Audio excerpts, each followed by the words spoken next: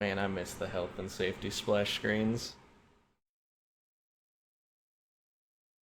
They just don't make them like they used to anymore. Intelligent systems. Soldier Pro Logic 2. What could we be playing today? Ignore that I tried to play something else earlier. Ahem. Today, I'm going to tell you the story of the Thousand-Year Door. Awfully long time ago, strange and far-off land, a big, bustling town. I think thrived was the word, I wasn't reading. It was a town where all people lived very happy lives. It was said that the town was very prosperous. But one day, tragedy befell this blessed place. A great cataclysm struck the town and its people. Darkness filled the skies, and the earth roared and shook, as if the very world had come to a violent end. And in but a single night, the town sank into the depths of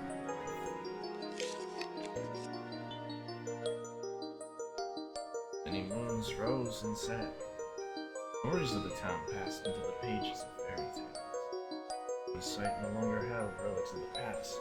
We gathered it and built a new town.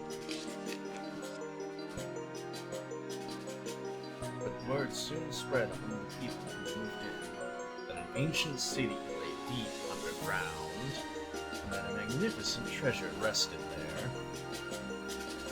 Indeed. This is a tale of the fabled treasure of Rogue.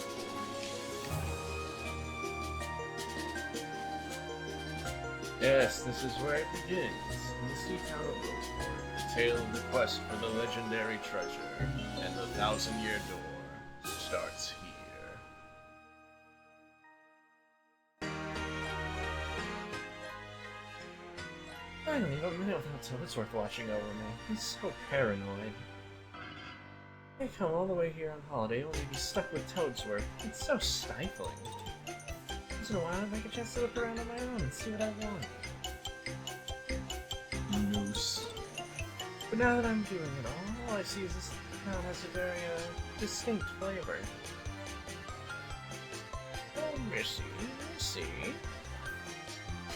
You mean me?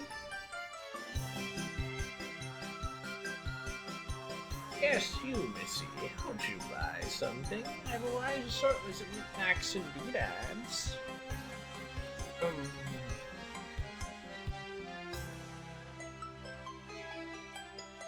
Well, that's a pretty box. What's inside it?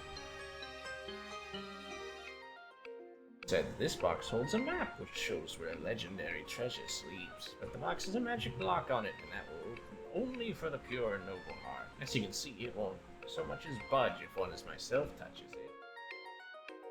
Oh. I know, if the box will open for you, Misty, then you may have whatever is inside. I'm sure whatever is in there will be no use to someone like me. Misty, take this box in your hands and see what happens. Alright, it's the home. Try to open it. No.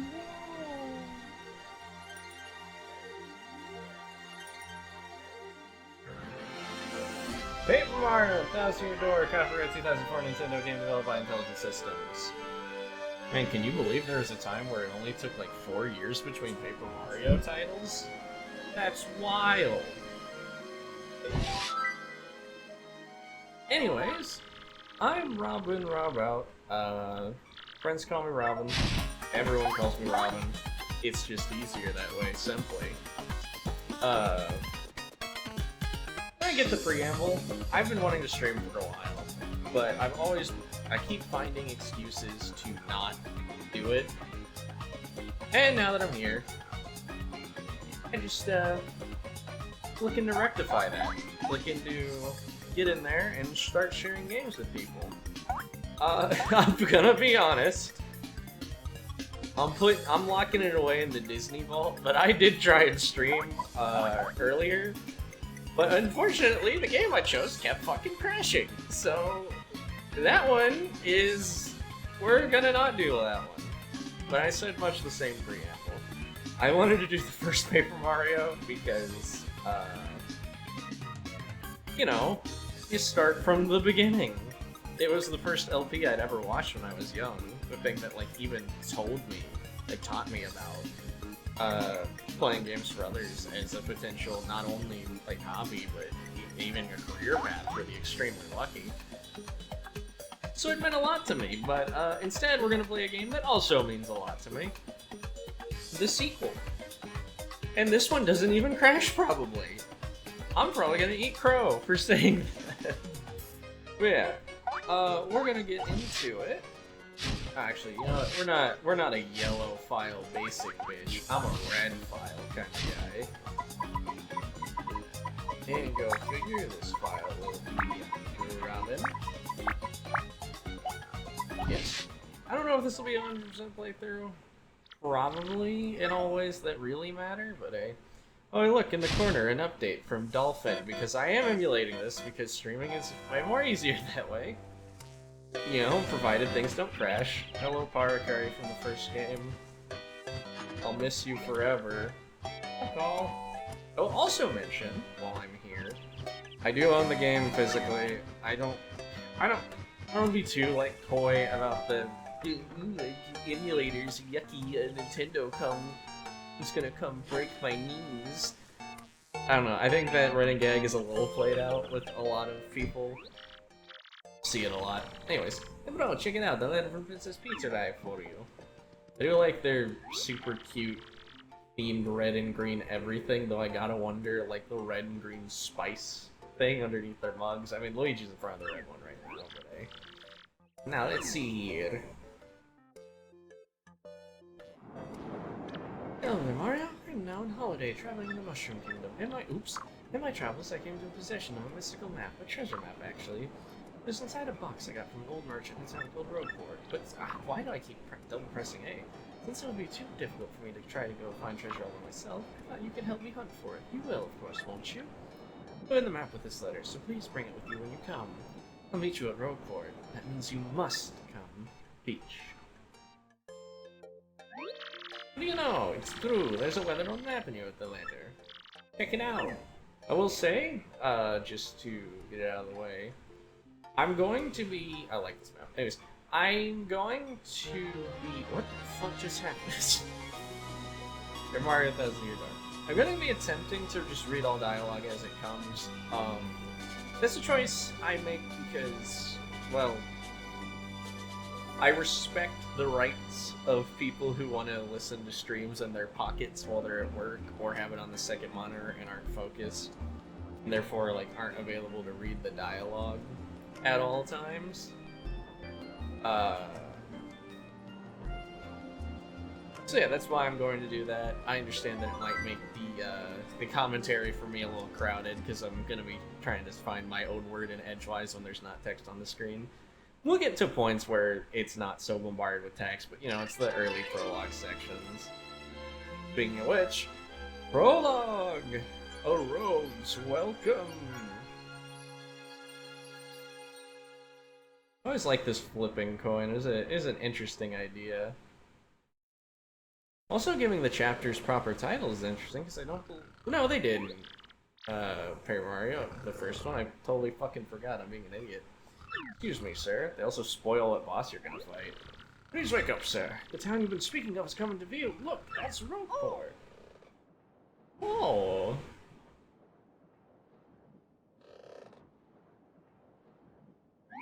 You know, that's honestly not that inaccurate of a portrayal of what it would look like from a distance. You know, they didn't have to consider, like, the actual layout of the buildings, but they did. Granted, there's shadowy buildings in the back implying way more than there ultimately are in the town that are available to explore, but hey. Oh, this fucking song. What a good song. It'd be a shame if a remake came out and overcooked it to all hell. Just apologize, sir. Arrival was delayed and just a bit by rough weather. I'm quite sure you want to disembark here. I didn't tell you all the sordid tales about Roadport on our way here, did I not? I'm sorry, you say there's a princess waiting here for you. Is that so? Of course, sir. Well, if that's what you think, then I won't stop you. You be careful, sir. Don't say I didn't warn you. Well... battles away. Here we are. Man of the real one. Honestly, I played this game recently on my GameCube, on my like big smart TV, and it looked like dog shit. So I'm glad that it's looking a lot better right now. I don't have the HD texture stuff downloaded. I think it's just the emulator settings carrying it. Notice he opens his mouth a little bit when he swings his hammer.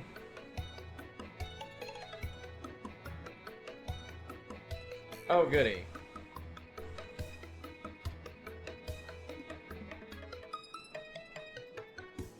Remember what I said about not crashing?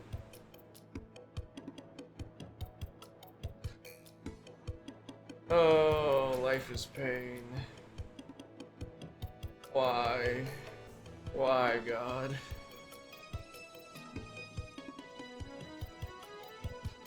Hang on a minute.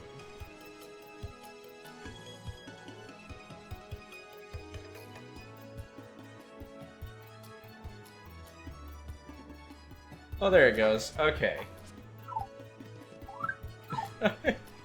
Oh, man, I thought something fucking broke again. I was gonna get a little mad.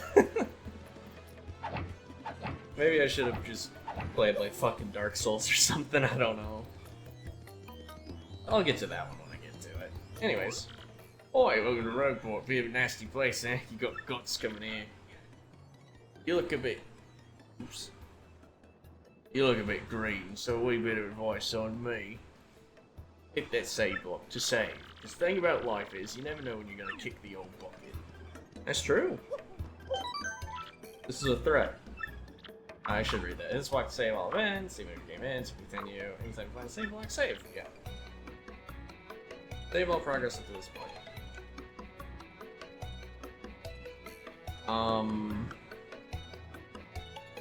Huh. Maybe it is breaking. Aw, damn it. Please let me at least save so I don't have to redo all my progress.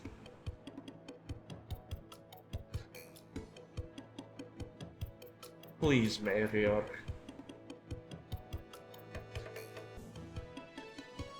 Let me see something.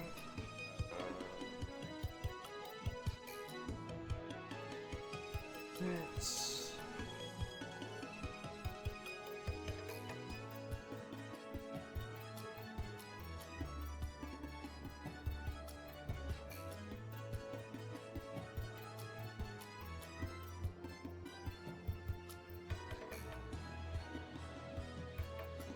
Oops. This button does have a thing on it that can open up Steam for some reason. Ah, that's weird. What to do. Guess we just hit it with the old turn it off and on again. And let's just try that for now. Alright.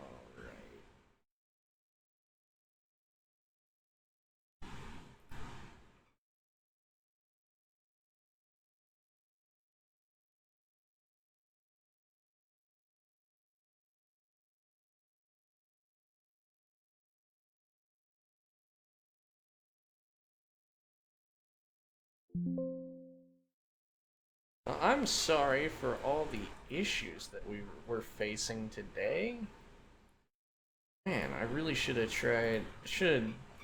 tested this further than I did.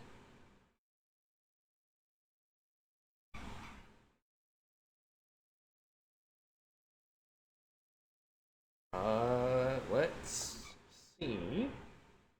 What happens when I load that cool state that I saved?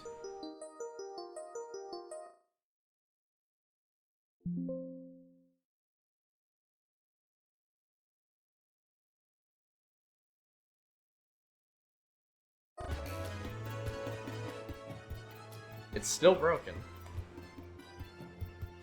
Alright, so we're just gonna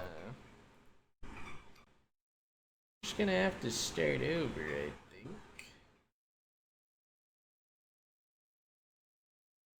Let's figure this out together.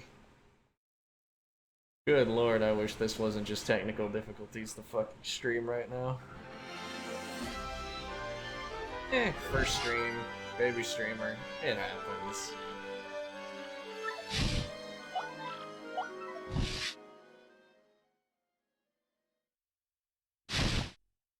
Well, we're just gonna have to watch all this again.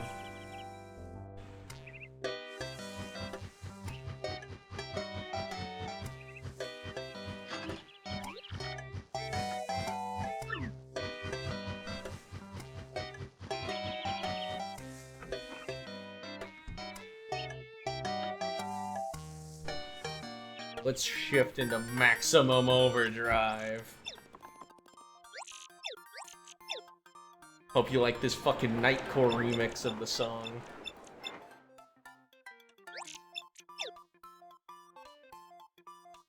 Do we still call it Nightcore anymore? Oh fuck yeah. It's a good shit. It's a good shit.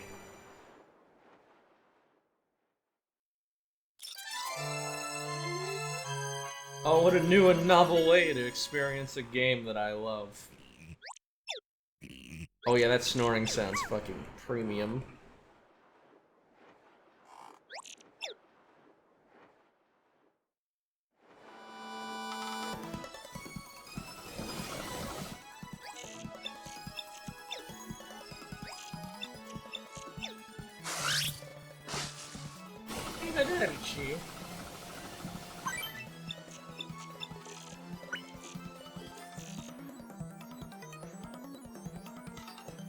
This fucking version of the song's killing me. Okay. Whatever the problem was, it seems to have been, oh, you can see the mouse Wii. Whatever the problem was, we have resolved it. We can continue as normal. And hopefully nothing bad ever happens, because it's not like there's a part in the opening where a fuck ton of sprites flood the screen. And every bad thing can happen all at once. What you want, pal, huh? A princess in a pink dress? I ain't seen nothing like that. No, I'd remember Princess, probably. What do you want this chick anyway, pal? Your money or she your girlfriend? Raising the game volume just a little bit. Get away from me, freak! Oh, come on, you airhead. I don't know. I know it's tough for you, but don't play dumb with me. Keep walking around town asking for information on the crystal stars. Now I'm doing the asking, so be a good girl and tell us what you know right now. I don't have anything to say to you, creep steal. Suppose the light of the sexy will last like you better than demise. Boys, we're taking this fire red towards fortress. As you command, Lord Crump, we're on. Oh, stop right there, you weirdos. I'll scream, really. Release, anyway, move your homes. Blimey, a fight, corking. Ain't nothing so fun as watching some poor bloke having out with his missus, eh? I'm alright, mate. Yeah, sounds like trouble over there. I guess I'll get all of them. Couldn't meddle with other people's problems in this town, even if I had an extra life. Haha, he is a green toad, so he looks like a extra life. You can go anywhere with silly lunatics like you, not likely. Good, you're into a chump, you think you can screw it like lads? Tough song, but I'm gonna have to be tasting a crumpa bone. Battle time, Mr. Man. Just find a way to beat this freak of the week. Just don't sweat the details, jump on in on your hammer. Yep.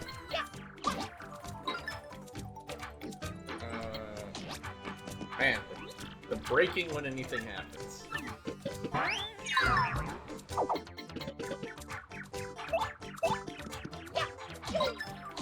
hope that doesn't become a recurring issue. Roast will.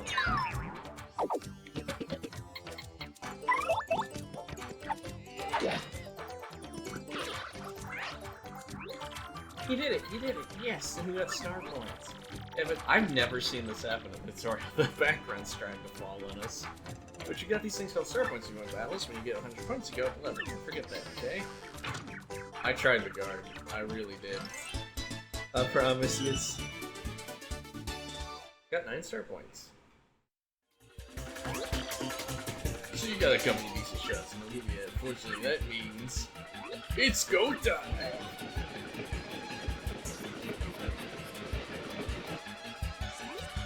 Punish him!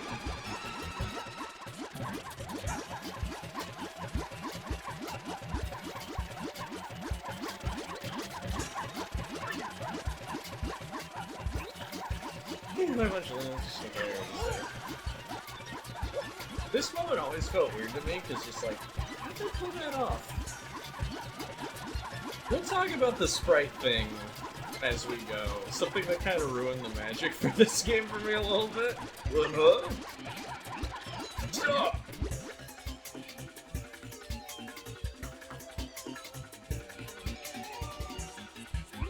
Where did we go, huh? You, Johnson, you see him? Is there anyone?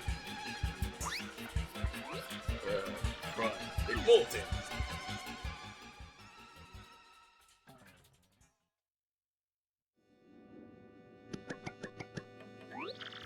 Oh, mister, you totally saved me, thanks.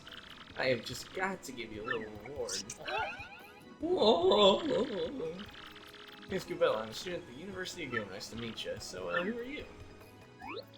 Mario, what? You mean like that famous guy? Wow, I can't believe I met you here. Cool. Anyway, no offense, but it looks like you just rolled into town yourself, right? You already hate it here. There are freaks and weirdos everywhere. It's nasty. I mean, I know the place is called Rogueport, so I should have expected it, but sheesh. Never come to a place like this if there weren't some legendary treasure here. Oh! What? You're looking for the legendary treasure too? Seriously? Oh, bucko, what you got there? Oh my gosh, isn't that a treasure map? You've got to tell me where you got that. Princess Peach, what? Hey, boogly boogly, who's that Master Mario? Toadsworth, they fucking miss you, big man. What a good design for them to just piss away and never use anymore. He was really a GameCube-only creature. I feel bad for Toadsworth. But since bumping into one another sort of place, I would propose. So tell me, Master Mario, what in the world brings you this vegetable bird? Ah, indeed, Princess Peach sent you a letter in that treasure map. She told you she'd meet you here in Rogueport. Intriguing. Excuse me where Princess Peach is. I was about to ask you that. We stopped in this town to acquire a spot of fuel for our ship, don't you know? I took my eye off her for a moment, but as soon as I did, she vanished. No, I heard strong she is, Mario. I just assumed she'd be back momentarily. But at this point, I fear we must embrace the possibility that she may never return. Well, I see what to do. I've been fought with worry, I tell you. I'm feeling better with you here, Master Mario. Surely we'll find her. Surely. I know my place, Master Mario. This is not it. I leave this task to you. I will recline in right over there. Enjoy a spot of tea, perhaps. In fact, I highly recommend it, particularly if you find your HP running low. Just drop on in. Yes, anyways, a little rest there will fill all your HP. I must say, though, the rest of this town is a bit rough. Yes, rough indeed. I say. Princess Peach. Did you mean like Princess Peach, the Mushroom Kingdom princess? Yeah, since she always gets nabbed by Bowser, the Koopa King, the one you rescue. This is crazy. Princess Peach sent you that treasure map. Peach? It's really intense. Where did she else got anything? You think maybe she got sick away and went to find the treasure on her own? Oh, I know, Mario. Come with me. I need to do like a Valley Girl thing. This was movie. One of my professors here waiting on that treasure. We'll show him your map. Start looking for the treasure, then maybe we'll catch up to Princess Peach. Great, we're all good then. Let's go, Mario. Goombella joined your party.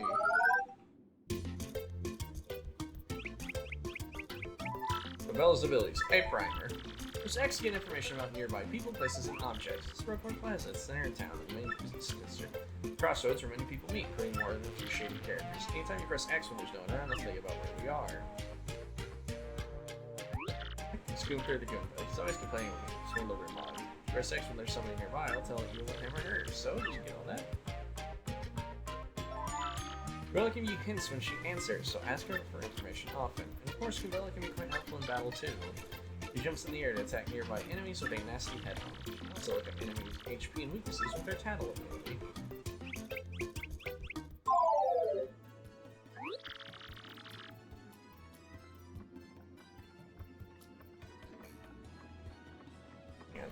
First, we gotta go find my professor. Thing is, since I just got to town myself, I don't actually know where he lives. So keep an eye out. Here's what Professor Frankly looks like. We're in. Looking for this guy who defrauded me with a fake credit card the other day. Find a jerk or give him a wallet for me. Give him to your Goomba. He's always grumbling with me over top. He must be easy to con. We didn't say that we should con him, of course. Let's go.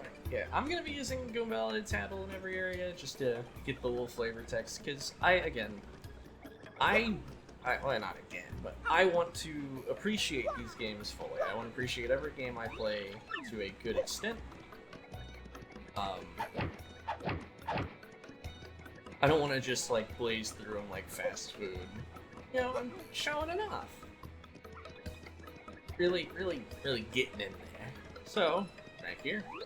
That's Bomberto, a bomb sailor. He's small, but he's a super hard worker. He doesn't just sail either. He loads and unloads stuff too. Look at those muscles. Feet. I sounded something. By the sound of it, something bad happened to the sailor, and now he hates the sea. Sounds so sad. I don't know what he thinks about when he looks at the ocean. Not that you care, but I gave up all my life streams. Now I just stare at the sea. I walk around alone, wait for a ship that never returns. It stinks. You know that?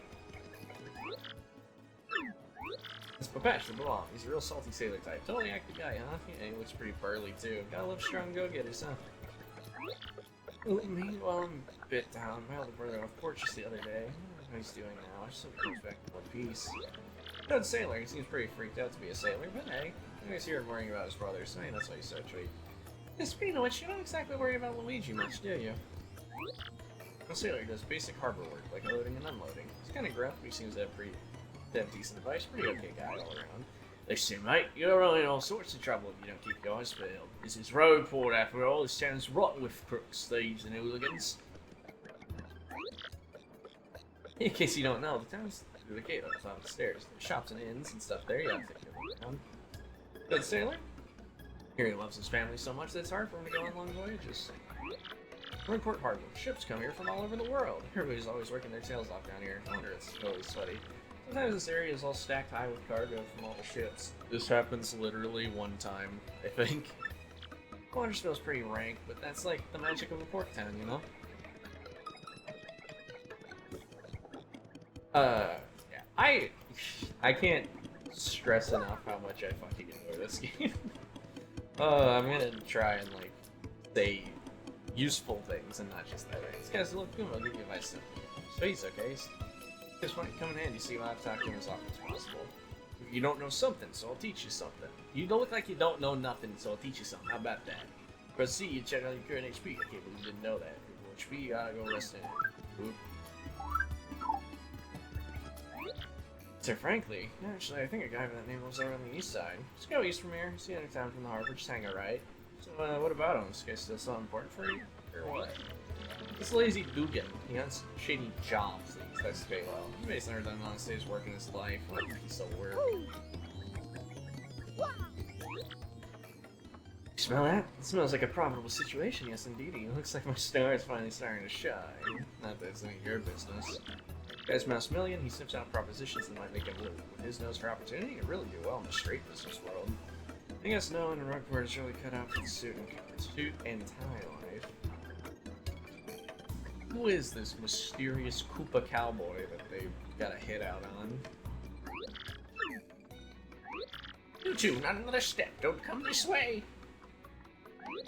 Some complete jerk just got to me, made me lose a contact lens. I'm looking for it right now, so don't you dare move. No matter, you hear me? Whatever you do not move an inch. Not an inch, you hear? Yeah, so no matter what you do here, you get fucked up. So I'm just gonna do a big jump. Idiot, you stepped on it. My poor contact lens. I told you not to move. Don't your stupid ears work. What were you thinking? No. It's your fault. Now I have to buy a new contact lens, but you're gonna pay for it. Compensate me, Mr. Clumsy. No. Fine, if that's your plan, then here's mine, you oaf. I'm going to block the gate to the west side until you bring the new contact lense. Oh, look, I'm not letting you into the west part of town until you buy me a new lens. Sorry, but in the store, I can't cook anything without my contacts lens. My range is just so hot right now, I could cook you with it. Please. Please. Whatever. This ST is super skilled toad chef. Alright, ingredients, you can win anything. She's a kitchen magician. I'm like a talented lesson in the kitchen, so I really respect the chef's touch. This is her humble store. Shop. It looks nice. I like this area. Very cozy little interior building. Number 4, between the Piazza Syndicate and the Rabos heating up, apparently. Best stay indoors. Yeah, I got so distracted I forgot to mention the actual gang war that happened in the background while we were talking to Toadsworth. Graffiti corner. I just saw the most beautiful, elegant person since road for it. I think I'm smitten. Probably his best customer. I think I have an idea who that might be. Welcome to the Toad Bros Bazaar. Hey, what's that? You want to contact me? Same. Wait just a moment. I always thought these guys had really perturbed faces when I was a kid. Nah, it's just mustaches. Hey fella, I'm sorry, but we don't have any stock right now. Tough luck, I know. I can special order one right away for you, but it'll take a while. Check back soon, okay? Toad Bros Bazaar is run by a pair of Toad brothers. This one's thrifty. Must get along really well to be able to run a shop together, you know? Then again, you and Luigi are pretty tight too, right? You guys ever fight? No. Hey there, fella. Welcome. This is your first time in our shop? I think it is. I always like to explain our shop point system to new customers, so bear with me.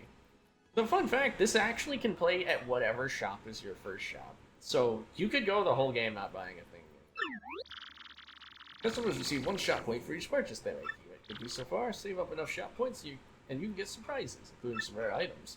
My list of prizes posted in any shop, so be sure to check it out. It's a pretty simple explanation. You can explain it. No. Take your time, enjoy shopping. Alright, here you are. 10 points gets you a mushroom, 20 points gets you an ice storm, 30 super rage, 50 thunder rage, wait, super shroom, thunder rage, shooting star, gold bar, life shroom, ultra shroom, jam and jelly, gold bar. 3. So here's the thing, I have literally never done this in my life. I think the most I've ever gotten is the super shroom, if I'm gonna be honest with you. There are ways you could do this, but it's just, it takes too much damn time, even with something you get later. I'm gonna go over the items here. Also, yeah, as a kid, I didn't know you had to talk to this guy to get the contact thing going, which becomes a problem in later chapters. I figured it out eventually just by randomly talking to NPCs, but it's one of those things that once you get burned once by it, you never forget. So we'll go over this. Mushroom, 5 HP for 5 coins. It's okay. You're gonna get enough of these on the road. Honey syrup, also just okay. It's fine early on, but like the shroom and the honey syrup get replaced so early on. They're just completely outclassed. Tasty tonic. I have never used one of these in my life. I bought it before just because, like... Sorry, I was taking a sip for the old throat. I've bought it before because it's... I mean, look at it. It looks so pleasant to drink, but...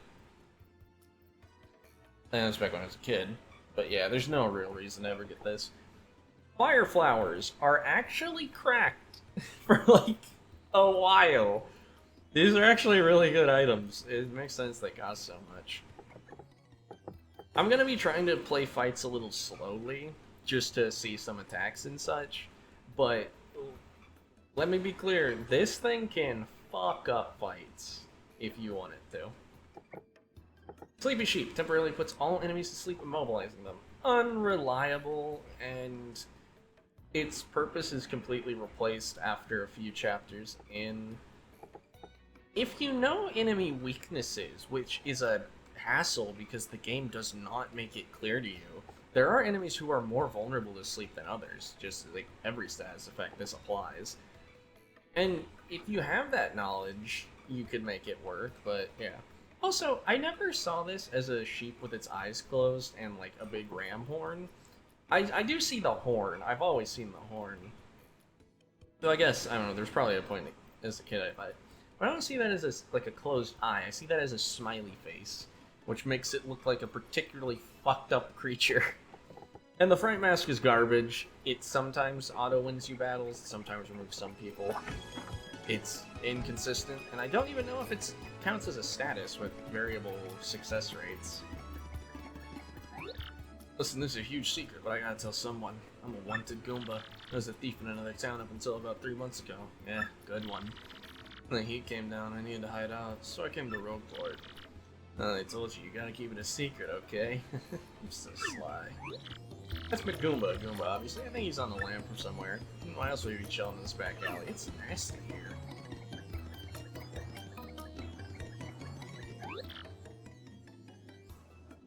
8,000 coins for that fucking Koopa? Sorry, I'm looking at the vegan. Dang, yesterday I blew through 100 coins to the parley, believe that? But not next time, man. I'm coming back a winner. The odds favor me now. Precious Dugan, he craves that one big score, but I doubt it'll happen. Even if he did make some money, he'd just blow it. He depresses me. Damn, don't we all know somebody like that Dugan? A little thing here. And a roach. I don't believe she doesn't have a unique tattle. One thing that could be neat is if there were more tattles per unique rooms. But it is just kind of restricted to exclusively loading zones. Anyways, I believe this fella is Podley's best customer, who is... Oh, she jumped right up on the counter. That was smooth. Anyways. Can't you take a hint, pal? I think you're supposed to read that ellipses as like... you know, it's just like a sound. I mean, scram, don't talk to me. Oh, I used to sail around and run wild in my younger days, but I'm a reformed sailor now. Used to go around exploding all over the place without giving it much thought. Guy's a Babama sailor. I think he comes here every time his ship makes port. I don't blame him though. This place has a totally cool atmosphere. I'd be a regular too. Ah, what are you doing? Stinging up on a person as he sings most jovially? Me? Who me, you must ask about? Must, I added for no reason. I am called Flavio. I am, how you say, a trader, the richest man in Rogueport. I'll pick a different voice for him later. As the entrepreneur, Flavio, he's like super rich and he owns a lot of ships. What's he doing here so early in the day, though? Think he's doing okay? He probably lives here, most like it. Oh, as far as I can tell, I didn't do him yet, sorry. You and yours, have a seat. This Bondley space, humble little cola shop where folks mix stories and drinks. By the by, there's an inn upstairs. When you're weary, go on up and relax. Innkeeper Podley, he looks so distinguished, always polishing those glasses. Added a word again. I don't mind having a cold cola sometime and listening to him talk. He opened this inn a long time ago, so he really knows about the townsfolk. Love that fucking dartboard. One of the lone refuge in this port of filthiness, our beds will soothe your soul and only cost 5 coins. Again, inns are also kind of fucking garbage in this game. There's not really much reason to rest at inns, and we'll get into that as we go. When runs the inn, she's sweet and helpful, unlike most road porters. If your HP and FP get too low, come here to get them restored at the night of rest. Oh, where in the world could the princess have gone to? This is quite troubling indeed. Choseworth, steward of Princess Peach's castle. He's an active senior. Been really worried since Peach went missing. Hope we can mellow him out. Yeah, he's not long for this fucking world, Goombella. He's gonna perish in like a generation. That's a good jingle. Also a little underrated thing. I don't know, like they use this effect a few different times. I like that weird, like, polka dot realm that opens up in tutorials and other stuff.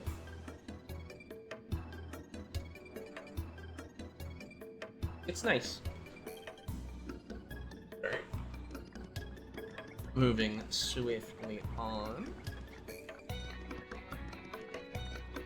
Yeah, I think that's it for this screen. By the way, Mario, have you saved yet? You see that save block in front of the inn? Since we're here, you gotta save now. Just jump up. Yeah, okay. Shut.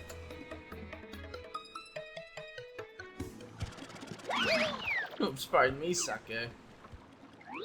Hey, what's your beef, pal? Yeah, I'm talking to you! Mario, you gotta wake up. That guy just stole half your coins. So lame. I hate this town. This is something I did not know you could do for a very long time. As a youth.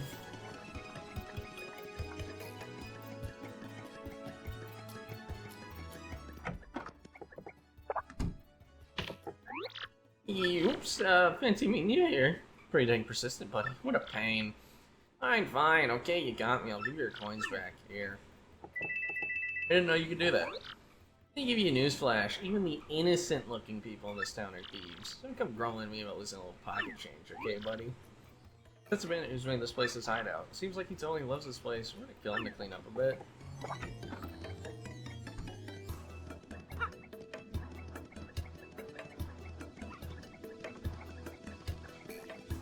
Also censorship, localization change thing. There used to be some blood and a chalk outline of a toad in that room. Dude got fucking whooped. Hey, you big old Rube. It ain't smart talking to people you don't know. You might know when a guy might go nuts and attack. Be careful, live longer. He's pretty good, but he looks kind of shady, I guess, but he's cool. You don't call him a fixer, you know? A guy that can make any problem just go away. I'm pulling another card trick today, making tons of loot. Somebody started tailing me, so I came out here to hide for a while. Don't tell anyone you saw me here, or I'll bunk you. That's Larson, the bandit. Word's out on his scam, so he's laying low here. Of course, you wouldn't have to lay low anywhere if you just keep his nose clean. Well, maybe he just gets a thrill from breaking the law, or what? Hey, my name's Darkly. I like them places. And now I'm done talking for now. Hey, that's bad writing. You're not supposed to use the same word in such rapid succession like that. Darkly, he loves the dark. He just stays here in the shadows all day long. Sounds kinda creepy to me, but hey, whatever powers you up, know what I mean? Yeah. What kind of freak would want to hang out in the dark all day? Weirdo.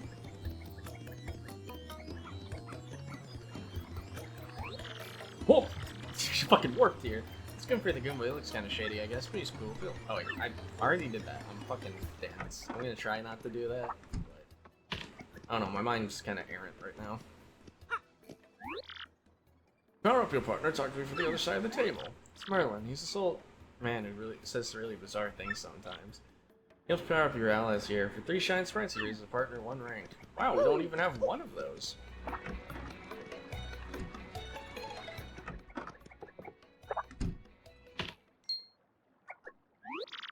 Alright, there you are, Professor Frankly. Huzzah! Who's there? Who wants me? Ah, yes, you. Now you, see your face before. Yes, that face. Wait for it. Just a moment. Don't tell me now. Silence. Get it right. It's not Gabriel. It's not Eliza Groom.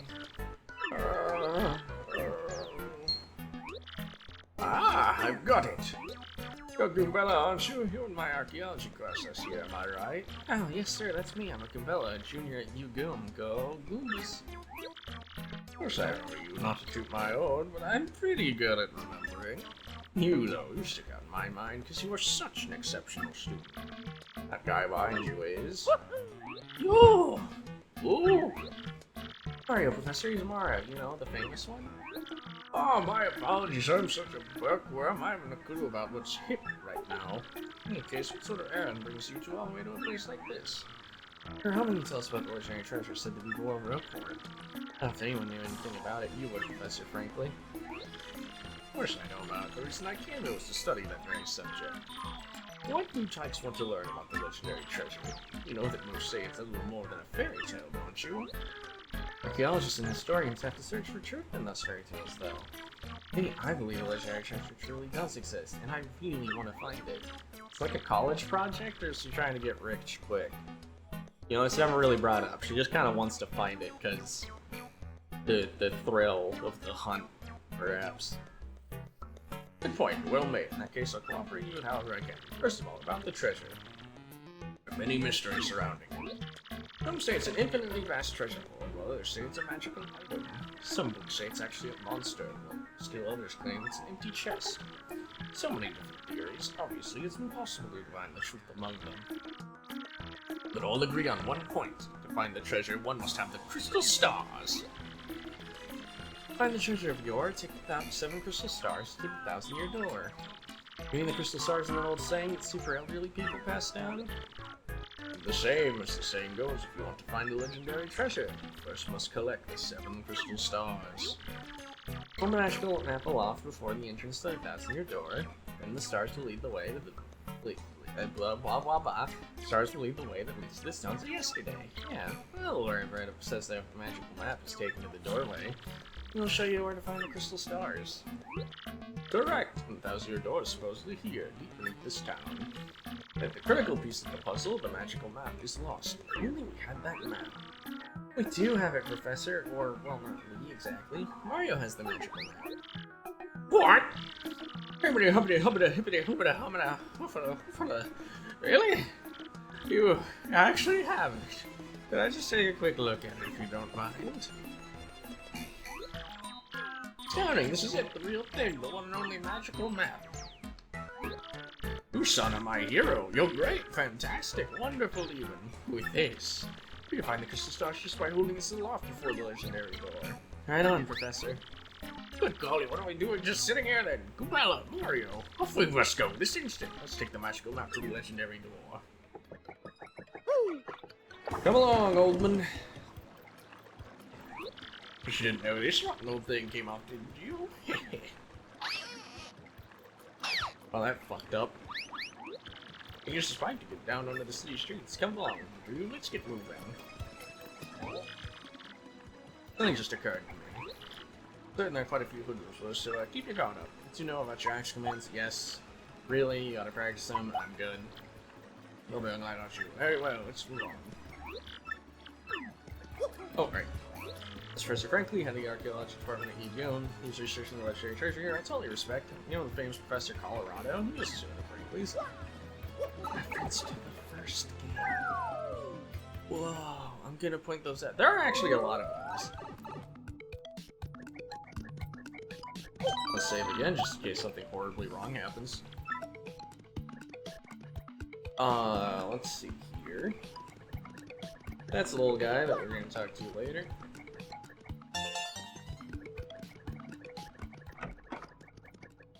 Another NPC for the road. We're not gonna tattle on this because it's a bit of a spoiler for later. Tattle in this room. We're gonna tattle her. Aha, welcome, Mario. You wish to look for the item you seek? Speak to me from across the table. Or to tell her more lovely. She's kind of mysterious as you expect. She finds the locations of things, where we should go. People say she's always right. And they say she's really cute under that veil. I hear some people even fall for her. As a kid, all I needed to know is that some people say Mer Lovely's cute, and I'm just like, yeah, I have a crush on that piece of cloth. What the fuck of it?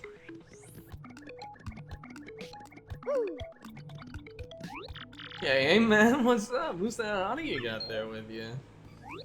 What's up, baby? Why don't you hang with us for a while? We play real nice. Man, what's so fine looking Goomba doing with the tubby mustache man like that? This voice is getting me. Oh, it's like so sweet that you boys think I'm cute, seriously. Yeah, guys like you make me feel like totally barfing. Now get out of our way. Ouch, that was cold. What, are you too good for us? Come off it, sister. Nobody sings us like that. Nobody. Let's get him. Can't believe this fight. Goomba, Spiny Goomba, and a Paragoomba. My, the whole Fat Goomba family tree. The only one I should warn you about is that fellow in the middle, the Spiny Goomba. See that spike on his head? Well, jump on that. You're the one who will take damage. Paragoomba's airborne, so your hammer will reach out to jump for him. But take your opponent's situation in consideration when fighting, always. That's right, we're gonna see you something vital. You can press Y and change yours to attack him. You attack first if you feel like it. Well, don't forget that.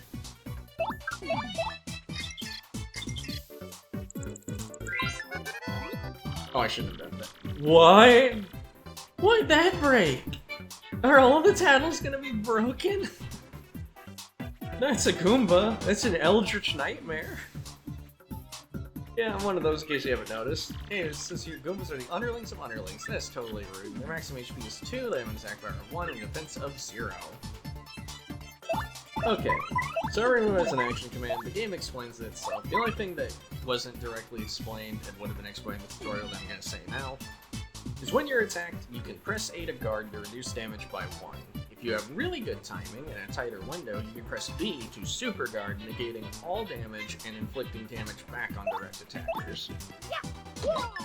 That's about it for the gameplay systems. Ah, I missed it.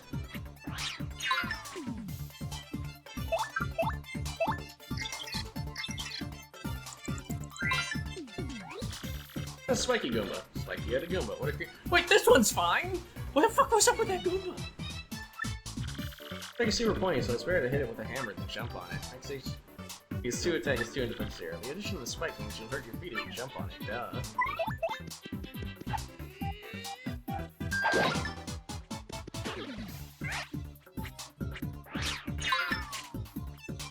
I'm gonna test something.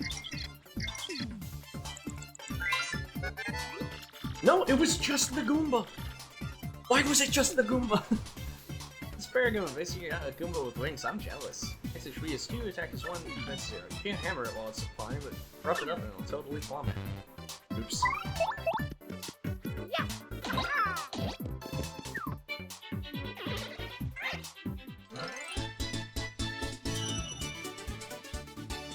Ten whole star points.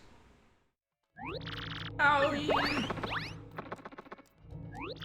Ah, later on, losers, that felt awesome. You ready, Mario? They're putting more than they can. They'll hell have it in for us. When they attack, try to hammer them and jump on them on the field. So successfully inform first strike when you enter battle. So if an enemy catches sight of you, be sure to thump them as you enter battle. I think I will compliment this game on immediately over the original Paper Mario. Man, this game's so much fucking faster. Down below Road Quarry, this town was built on top of an ancient one. Very surprising to find all this down here, right? Kind of blows my mind. Ruins here are all crumbly and gnarly now. It was once a great town, really. I believe you! I'm trying to imagine, like, this place as a town, because it feels like just one really big construction to me. But, I don't know. Down below Road Quarry, I think it's just your basic garden variety corridor. It's been a nice walk when the whole town was above ground. Hey, why is everything gated off like this? With scary spikes on it. There's a few things that I want to mention about the action commands while we're at it. Pressing A, like after the first jump. Can you? Okay. Hitboxes. Anyways, if you press A at, on the second landing, you get more airtime. That only serves one purpose in the game. And that purpose doesn't even serve a purpose yet, so I don't know. For the sake of variety, I'm just gonna be mixing and matching how I do action commands sometimes. You can use items for store stuff.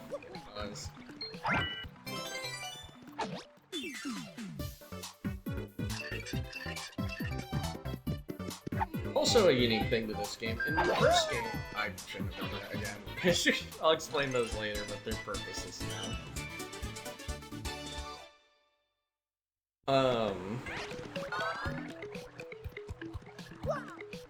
What was it?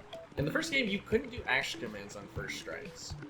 You can break this block with your hammer. I normally leave one of these blocks alive because there's a certain point in the game where you just can't see them anymore. You can't break this block with your current hammer. You ain't need a more powerful hammer to break it. Super switch. Your jump isn't powerful enough to stomp it down. You can power up your jump, you might be able to activate this switch. And you see him picking up what they're putting down now. There's gonna be hammer and jump upgrades, just like the first game.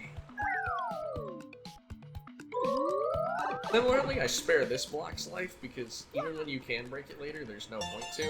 The only thing it's hiding is that star piece. Oh, guy!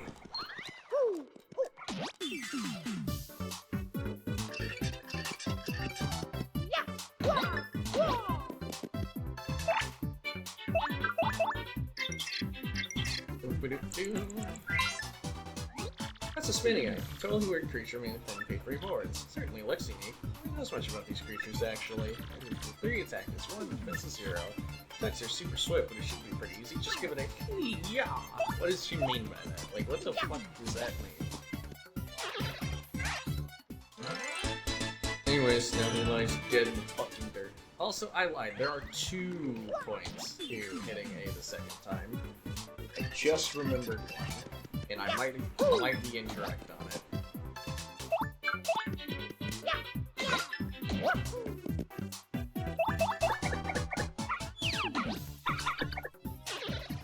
Let's see what I can do. There we go. Maximum efficiency on turn counts. A funny looking key. And a switch.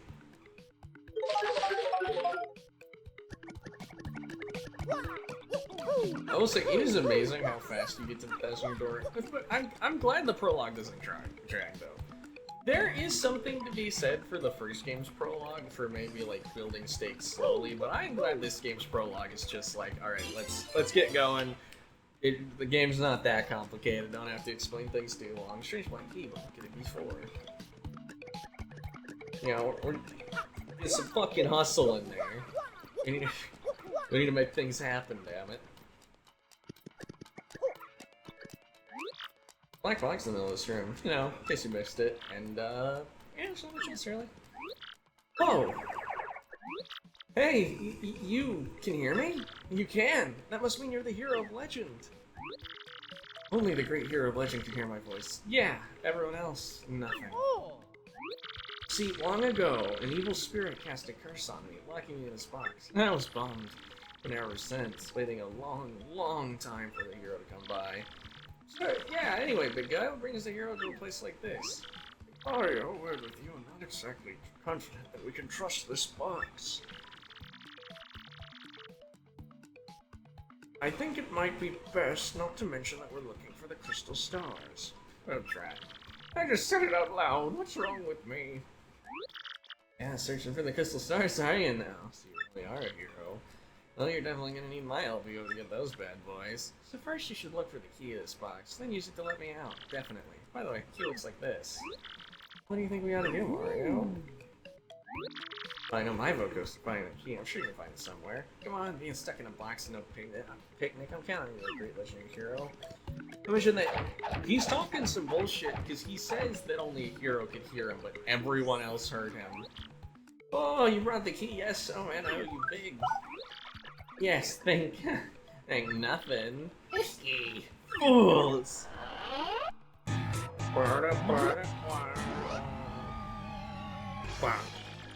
Oh boy, did you fall for it. I burned you. Did you think I was gonna help you? Then I'm gonna spread a little of the suffering I've endured in that stupid box. Yeah, sorry, but those are the breaks. I'm gonna cast an evil, terrible curse upon you. Buggly, buggly, woohoo, you curse.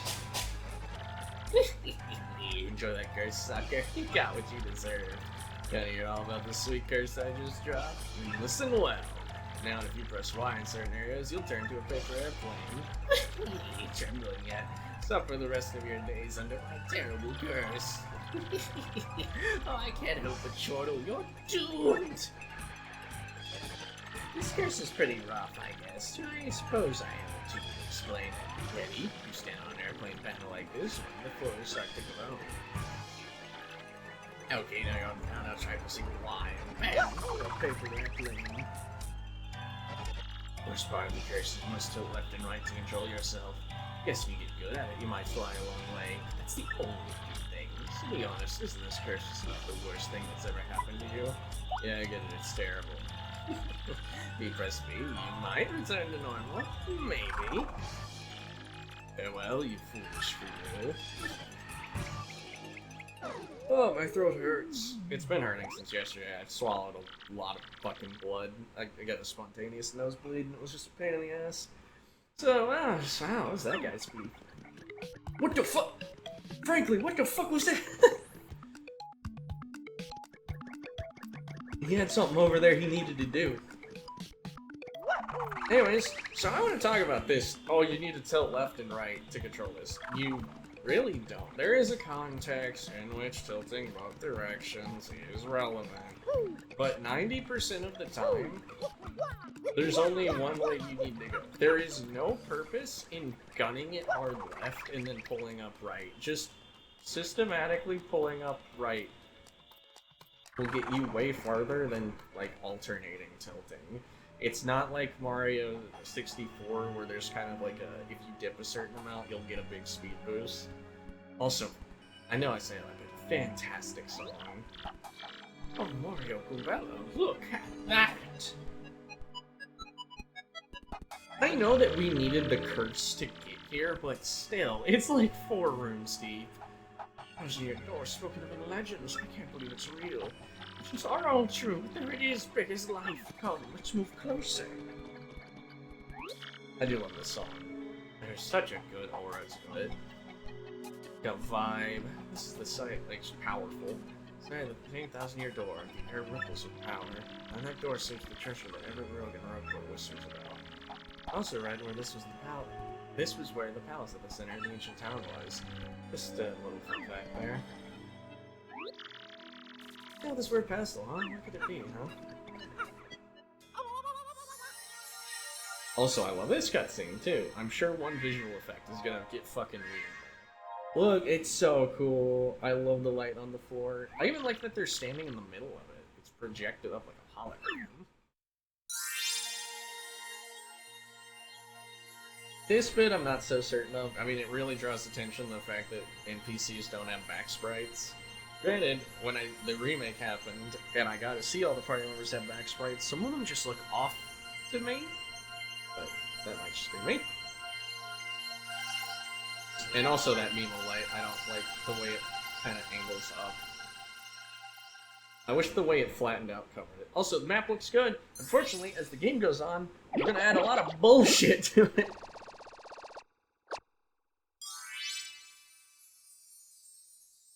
A crystal star.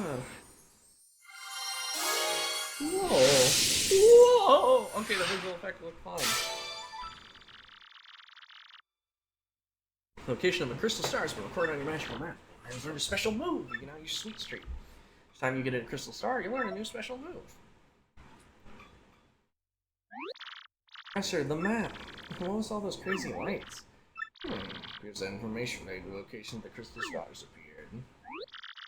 Shining light. Look at this mysterious powers given to Mario. Oh, one way or another, we should return to my place to study the map closely. Oh, yeah.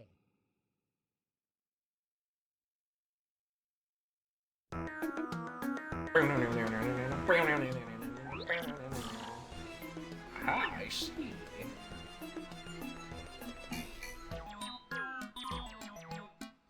Also, I do like how they, a couple things you can note, especially by looking at parts of the map. Granted, I'm not gonna specifically highlight it because of spoilers. The version of the map that's splayed out on his desk right now, that texture, it actually contains every additional detail that the map will fill out with as the game goes on. I'm not gonna call them lazy or anything for doing that, but honestly, if I was them, I would have just included the version that didn't have all the shit on it and never updated it. You understand it, right, Professor? I do, of course I do. First thing about that light we saw shining on Mario. By my reckoning, Mario can now perform what is known as a special move. Special move? Yes, it is. Well, something like it is better explained by example rather than words. Would you like to try it out? No thanks. It's very important. You better listen, I mean it. No. I'm sure. Well, alright. So we're looking at Magic Now to see what we can learn about the... Wow, it's saying that has radar-like functions. It can now show the location of a crystal star. I think the first crystal stars to be found in a place called the Petal Meadows. Radar-like is a stretch for how it works, but yeah, sure. Petal Meadows. I would believe them if the stars actually moved from their locations at any point in the game, but spoiler alert, they don't. Here's a vast meadow that lies far to the east of Broken Lake. To tell you the truth, I've always thought that place was delicious. The name Petal Meadows did come up from time to time in my research. Okay, fine, still go there. Does anyone know how to get there or what? Fairly certain that somewhere beneath the city is a pipe to Petal Meadows. Maybe you just find that and you get there instantly. Pipe travel's efficient. Say, by the way, Mario, I'm curious, where did you get that map anyway? Princess Peach, really? Her Highness sent this to you, Mario. Just Princess Peach. This wouldn't be her, would it? Oh, yeah. A printer noise plays as he spits out an image of her. So it is her. Your princess came to see her the other day. She wanted to learn about the treasure. I told her about the crystal stars and my suspicions about Petal Meadows. Didn't seem likely, but perhaps she tried to go to Petal Meadows on her own. No, Professor, there was another suspicious group asking about the same thing. I can't imagine Princess Peach getting involved with them. Alright, settled. Off to Petal Meadows you two go. Princess Peach indeed went there. Your first priority must be to catch up to her. Collecting the crystal stars is a means to an end, and that end is Princess Peach. Aren't you coming, Professor? No, I'll stay in town and ask around about Princess Peach and that suspicious gang. Besides, I doubt a shriveled old people like me could handle the trials of the road. Of course, if anything happens, you need some advice, see me, okay? You got it, Professor. Mario, we're off. Ooh.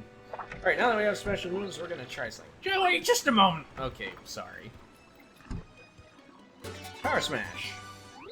Oh, it's scary out there. Take this with you. It's called a badge, and it's incredibly helpful. You see, depending on the badge you equip, you'll get much more powerful. What's important is knowing what the effects will be when you first equip a badge. Would you like to know? Are you absolutely sure? Thanks. By the way, you need flower points. Also, that was a trick question. He said, are you absolutely sure? And the yes answer would have taken you into the... I need flower points to use Power Smash. Alright, here's the tutorial. I'm going to do the tutorial really quick. Go to the badge menu. Press A. Press A to equip it. You need BP to use badges. Badges are a fantastic system. They're in the other game too. I'm going to take a moment to look at the map. Yeah, I love the way the map looks without all... Actually, you know what? This stuff does fade into the background better. I remember it being, like, super obnoxious, like, when it first gets added to the map. And, you know, that doesn't look too bad. I guess I must have been misremembering, but... I don't know, as a kid looking at the map and being like... The map seems so, like, fucking exciting. But then you really look at it and you're like, wow, I guess there's an area here, there's an area here, here... Here. Yeah, that's about it. Like, there's not too many places that can surprise you. Also, there's little flavor text here. Ruins of an ancient town remain underground. Then there's the legendary thousand-year door. Pulling a magical map off the door will lead to the Crystal Stars. It's seen with a place full of rogues and thugs. The harbor is in the south. The hideout lies to the east. The western area is home to the Pianta Syndicate's HQ. The Rogueport Station is to the north. Trains and airships connect to other towns. Also, we're not going to be reading the catalogs, but there's technically different text than thing. Like, it's kind of sad, really. Like, text there is a bit of a, like, you know, there's a bit of humor there, but I'm not going to bother looking through every fucking title for that. Badge menu, it's 85. Crystal Star. One thing I never noticed about this screen until my most recent playthrough, on the screen, you can see what colors they're gonna be. And I feel like it's not too big of a spoiler or anything, especially with, like, our first special move. But it is just kind of funny that you can see what color they are and the exact order you get them in. We'll talk about our favorite crystal stars later. Anyways, it's Gus. We're a band of thieves who call themselves Rabos. Looks like a total maniac, but he's actually a nice guy. Don't you work by his cover? What makes him look like a maniac to you? Yeah, well, now you're an outsider. Past this point is the turf of the Rabos. Turf of Ishnael Hair of the Rabos. 10 coins. Hang on. I'm not paying. It's very simple. You don't pay, you don't pass. I think I've paid this guy once on my first playthrough and then never again, because he is threatening, sort of. But, what, you gotta be kidding. You wanna fight your way through here? I'm gonna make you eat your word stuff, guy. Let's get this party started. There is one thing that can happen to you in this fight that can make it hard, but also, we now have more systems to explain. We now have an audience. Audience rewards us with the star power we use to use special moves. The more audience, the more you get. Different audiences have different effects that are never explained by the games, and sometimes audience members will throw stuff at you, or throw stuff to you. So when you hear a prompt and the Y underneath your character switches to an X, quickly scan the crowd to see if you're getting a reward or a punishment. Gus, he's super annoying, tries to take tolls from everyone. His HP is 20, attack is 3, and defense is 0. Oh no, he's pretty tough. Oh, and I've told you a million times, that pointy spear of his hurts if you jump on it. Remember, this guy watches people pass 365 days a year. Talk about a workaholic. Anyways. And now, we can explain what the purpose of these are. Stylish moves increase the amount of star power you get from moves. And they're kind of busted. Yeah, so, mathematically, even if you're not confident in your ability to super guard, which obviously removes all difficulty from the fight, wow, talking about a lucky break, even more damage. Electrify. Yeah, even if you're not combining your ability super guard, he only has 3 attacks. So just being able to normal guard and use the defend action, which gives Gabella 1 defense, that will give you, that should buy you enough time to beat him with hammers, especially with Power Smash, and, the special move, which we will use here just to show it off. Sweet treat. You know, when I was young, I never really, like, picked up on that icon being the map. I always, like, saw it as, like, some kind of chocolate bat treat. A cat head or a bat head shape. I was stupid. I'm still stupid. The beginning of the stream shows that. But yeah, we can see every crystal star there. And it's this one.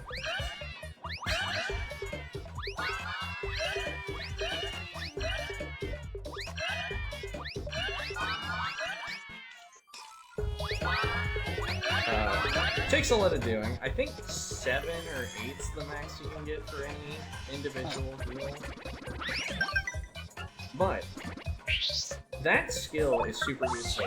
It is basically a straight upgrade to refresh from the first game, which was largely the same, just slightly better. Oh yeah, and also the slots. Every now and again, after doing action commands correctly, the slots might fill out. If the first 2 happen, ouch. Okay, sorry. If the first 2 match, you get put into that slot machine. Depending on what it is, good or bad things happen. Poison Mushroom is the only bad one. It halves everything, the audience, your health, your FP, your partner's health.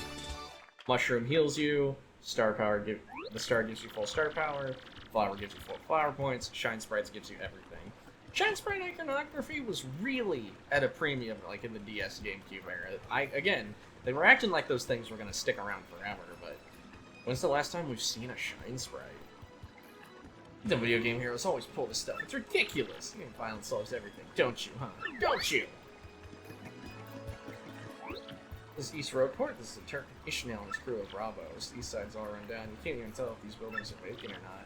If you're down here, you darn well better have a compelling reason to be here. Let's Swindle, the bandit. At least I hear he's a thief, but I've never seen him steal. So he's whispering to Arthur about something. Rebel Center is the only place on the east side that other townsfolk come to. The place is open when you're in the neighborhood. You should drop in. These Dogans are an interesting original character based off a one-time unique character who showed up in the first Paper Mario, and then they never got used again after this point. Surfer, he's always hanging around here. He's always suspicious, but apparently lives by some super stern water code. Locked from the inside, Trouble Center, and a locked door.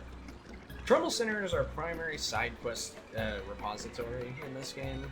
Kind of like how Koopa Koop was in the first game, but he had the benefit of not being Koopa Koop. Let's see if that contacts in, but I really doubt it. Yeah.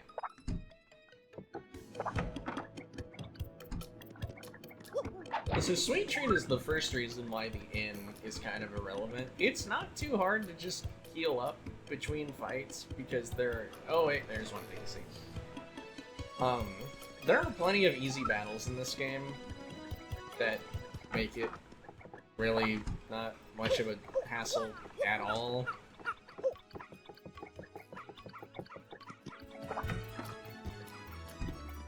Alright, now this building is open. Wasn't open before. Lovely House of Badges. Welcome, welcome. Feel free to look around. So, this is the badge manager at the Lovely House of Badges. Our manager sure has gone for the store a lot. Where do you think she goes? Shop's small, but it's totally adorable. She really knows how to decorate. I do like those, like, multicolored boxes in the background. Big welcome to you, one of the Lovely Houses of Badges. Welcome. So, what can I do for you? I'm buying. Others. Yeah, so if you hit others, he will show you other ones.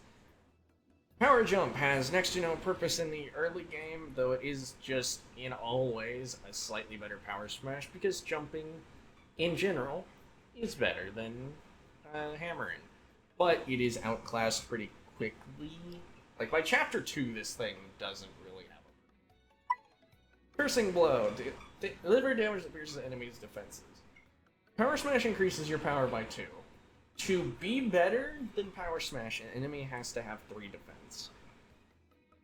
Enemies with 3 defense that aren't better dealt with other ways are so rare. Piercing Blow is just so niche, even though I do like the look of it. Last MP is for danger strategies, which are busted, but, you know, whatever. FP Drain. Drop Mario's attack power by 1, regain 1 FP per attack. Is awful. There's a badge that essentially gives you the same value, but at a much, much cheaper cost than dropping your power. It just doesn't have a niche. Next up, Super Appeal. Get more star power Mario appeals. Might as well. It's solid enough.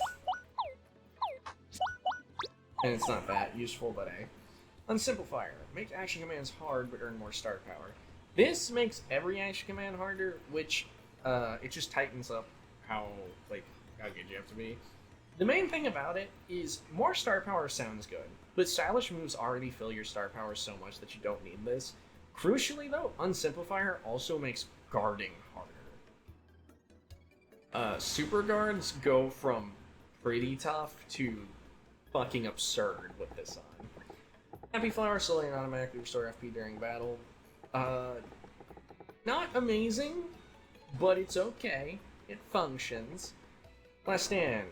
Same thing, danger strats, but for Mario. Busted, but we're not going to be doing them. And Simplifier, the opposite of Unsimplifier. It makes guards easier, which could be useful if you want to try and super guard your way through the game. But, it could be useful for trying to super guard your way through the game, but otherwise, cutting your star power game is rough because star power is just fantastic in this game. Wow, even with the technical difficulties, we're only an hour, 16 minutes in, and we're almost done with the prologue.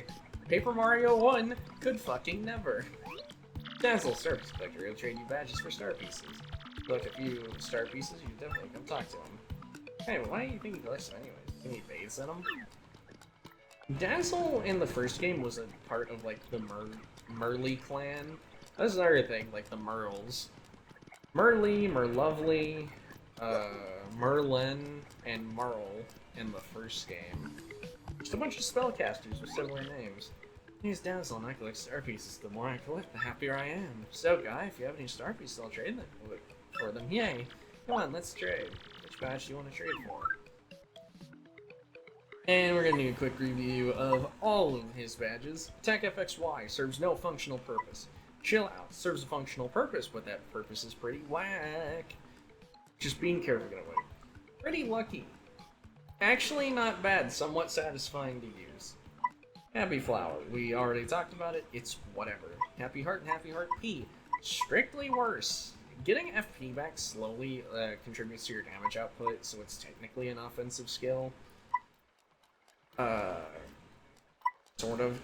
But getting HP back is just so mediocre. Defensive strategies in this game were really nerfed compared to the first game. It is quite difficult to make yourself a tank worth a damn.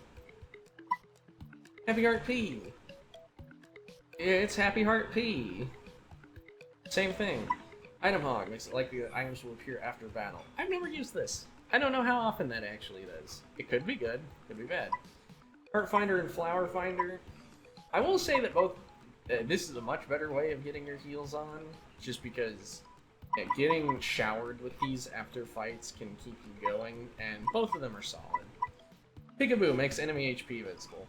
This badge is pointless with a guide open, pointless if you're going to be tattling everything anyways, but if tattling, like if you just don't want to tattle every battle for the text, and you also don't want to memorize how much HP something has and constantly count how much HP damage you're dealing to it, it's a convenience badge.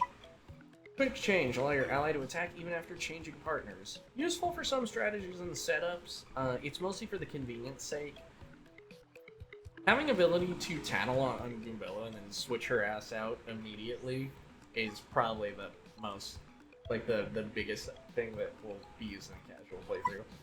Flower Saver P and Flower Saver. Basically, that FP drain thing, with Flower Drain, whatever it was called, this is what I was saying, there's just a better version. Yes, you have to have 2 badges for the different ones, but it's just consistent. Instead of dropping your power by 1 and getting you an FP back after an attack, just reduce how much FP you cost. Yes, Flower Drain is technically better in that on turns you don't spend an FP, you are gaining FP, whereas the only thing this can do is make your attacks cheaper. But, like, come on. Power plus P and Power Plus are busted as fuck. Attack is just better than defense. I don't really want to get any of his badges. I was debating getting Pretty Lucky, but I can wait. We'll mess around with luck later. Take airplane. Also, yeah, every time beyond the prologue, this pit gets a Spike Goomba encounter in it.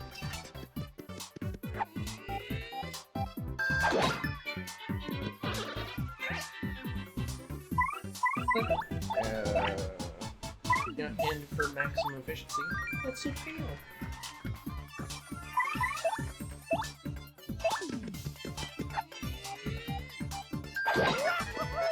A little stylish. Also, I didn't explain how you do stylish. Literally every stylish is just press A at a specific time during 69 nice coins. Yeah, every stylish is just press A at a specific time during an attack animation. There are some that I know by heart, there are others that I'm not so good at, and I'll get to those. If you almost advise to do something about it. What? You can jump on it, but you tell you ruin your shoes. That just hammer it. It's kinda soggy. Looks like some seawater's found its way in here. Yeah, that's a health hazard. Some weird sea things live in there too, so try not to fall in it, okay? Oh, Spiker from those Spell Meadows. Ooh. Ouch, that hurt. I consider this kind of a reference to the first game because Blooper encounters in the sewers are a regular thing. Boop, boop, boop. I just whack up and whack someone's tootsies like that. Boop, boop. That was some serious moxie, that's who. Would you look at that? Some saucy mustache guy. He's up for a world hard. I'll give him a taste of the little tentacle trample. Alright, you're gonna press your toes, right? You press Y to change your attack. Your HP drops and you press Y to put me on the front. Yeah, let's see that super appeal in action, baby. Oh yeah, it was a lot, wow. That's a blooper. A really super humongous one, too. Ew, it's all slimy. I just totally can't stand slimy, nasty, icky things. G-R-O-S-S, gross. Max HP is 12, attack is 1, and defense is 0. Attacks with tentacles and damage both its ankles, it'll fall down, and it's attack time. By the way, its ankles have 3 HP. Now relax and how's on that slimy, nasty blooper. Hey, mustache. You're thinking it tastes good, aren't you? Admit it. Yeah, you want to snack on these tentacles, don't you? You're darn blowing. Ha! Ouch. Super Gunning these Garrison doesn't reflect damage. Anyways, it's now time to fuck on them. This is the first instance of the Fire Flower being really good. With Fire Flower and Power Smash, you can just fuck him up before he gets a turn to attack, but I do want to show off his different attacks. So we'll let him live. I also don't know how to time this.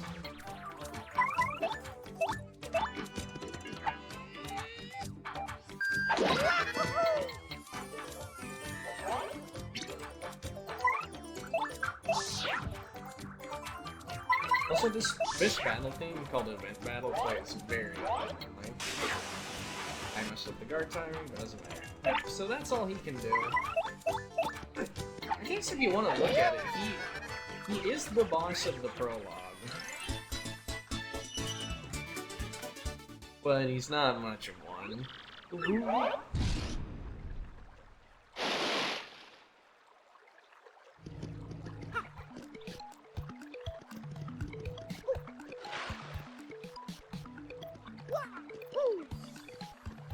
think time for some pipe travel.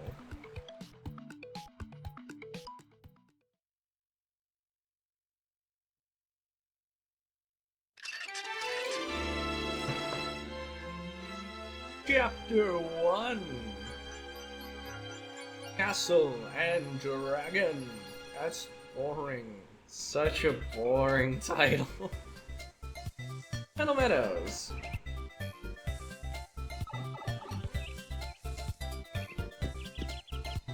I do like this song.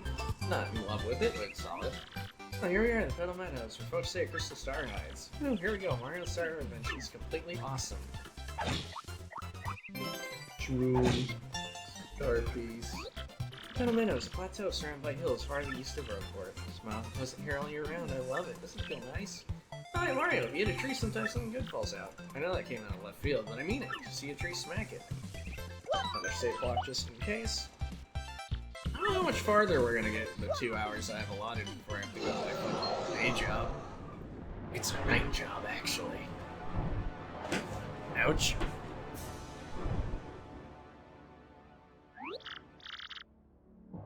Oh, what was that? Oh, is that a wow, Mario, look.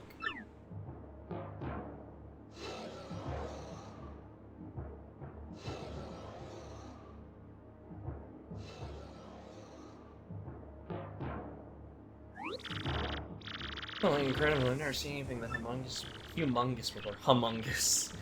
Wow. Humongous. God damn it. Like, I got, mentally recovering. But kind of scary too. Weird. His friend who said this place was peaceful. Oh, crazy. We just started. Already there's intrigue. Come on, Mario, let's go. Intrigue. Like, what's the big fucking thing?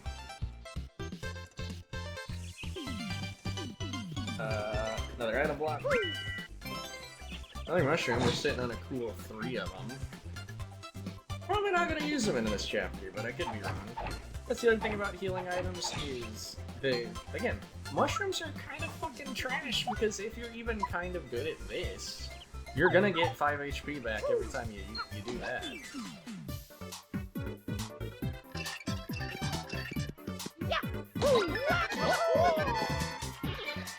Also, I alluded to earlier, the purpose of hitting A the second time when you jump on something, the extra height allows you to get another stylish movement. That's about it.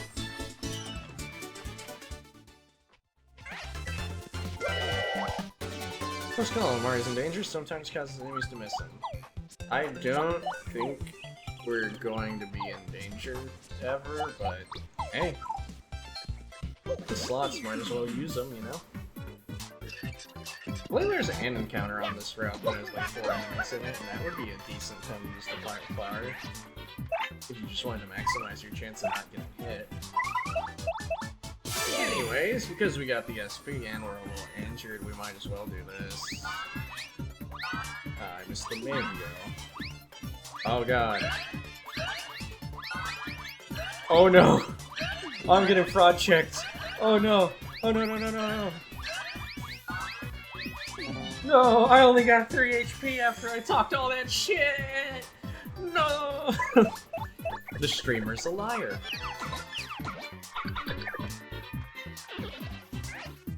I've got more people in the audience in the game than I'm ever gonna have in my fucking Twitch chat room.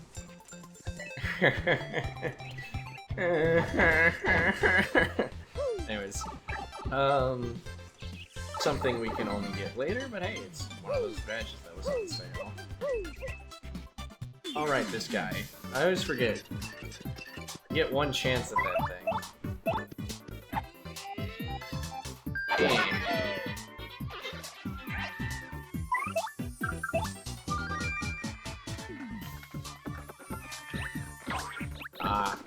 I find that the timing for getting super guards and such on these guys is oddly difficult.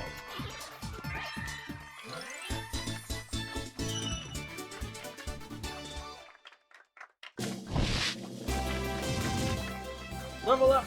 Alright. It's like when to upgrade. I don't know. I think FP is probably the best first choice just because you're starting FP total. It's so sad. So sad. Ah. Also, another little secret, you hammer this guy 10 times and get some garbage. Tunnel Meadows seems super nice, but careful on the Goombas. Make sure you've always got enough HP and FP to fight, and check your status too. I don't know if you get them every 10 times, or if it's just first 10 times. Hello, Rose! Congratulations on being the first person in chat room. Because I don't count the bot that was here before you. Oh, one thing, Mario, if you ever find yourself like wondering what to do, just press X and use Vitality. Go, I might be able to look up some super useful, fucking can't read, some useful info that'll help us on our adventure. Good God. Is this Goomba the encounter with 4 in it? Maybe? Yes, it is. God, I need a shower.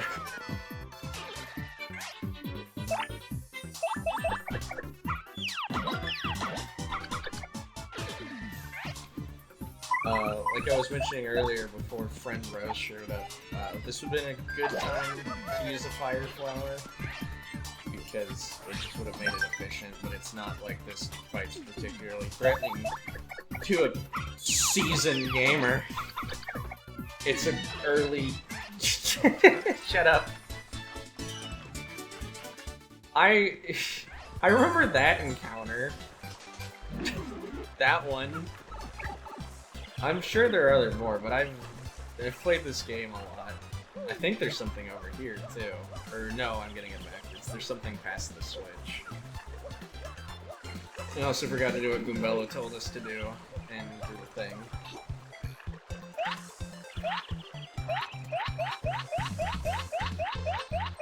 No, this game's made out of paper! Oh, my mic's quiet? In that case, I'll just lower the game. I'm sure that'll be really cool when I'm, let me know when it's better. When I upload the full stream and it's fucking garbage.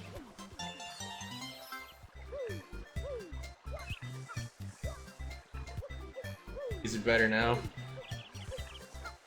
Also, stream delay is a thing, so I'm sure it'll be a while until I find out if it's better now. Yay.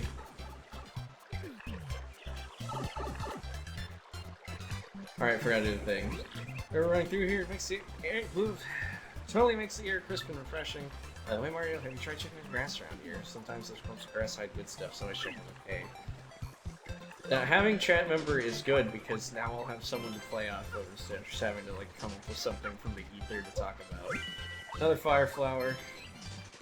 They're still busted in this phase of the game. Alright.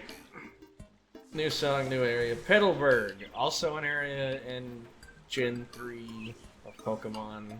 They got petals on the brain. Welcome, travelers! That's a Koopa voice! You ask, why is Petalburg? Sorry, it's been a long time here since we had visitors. We're kind of remote. Yepity? Who the fuck? Once that dragon hooktail was flying around this area. I know he's a Koopa, but this motherfucker's white. Because no one says Yepity. Others didn't help tourism, but when people just stop visiting. Dragon? Hooktail? That must have been that huge thing we saw earlier, Mario. It's called Hooktail, huh? Ooh, scary name. Anyways, green boots, here are these things called crystal stars on this quest farm, so it's very important. Crystal stars, you say? Oh, can't say I'm sorry about that. I'm gonna speak with the mayor. Gentrified Koopa. Yeah, he's old, really, really old. I said she knows all kinds of stuff we don't. Koopas of his age are, really smart. Anyway, the mayor lives in that pink house up ahead. You should check it out. Pink house? That's totally hideous, but it should be easy to find. Thanks for your help. Alright, continuing my thing of having to fucking talk to every NPC for the lore. Pilbert Innkeeper should take care of you when you're hurting. Don't get all proud and overdo it out there. Everyone has their limits. Hey, and stay in the inn will even refill your star power. Isn't that rule? We don't have much of it, but... And rooms are 5 points a night. No. This... Okay, if a hotel was like this...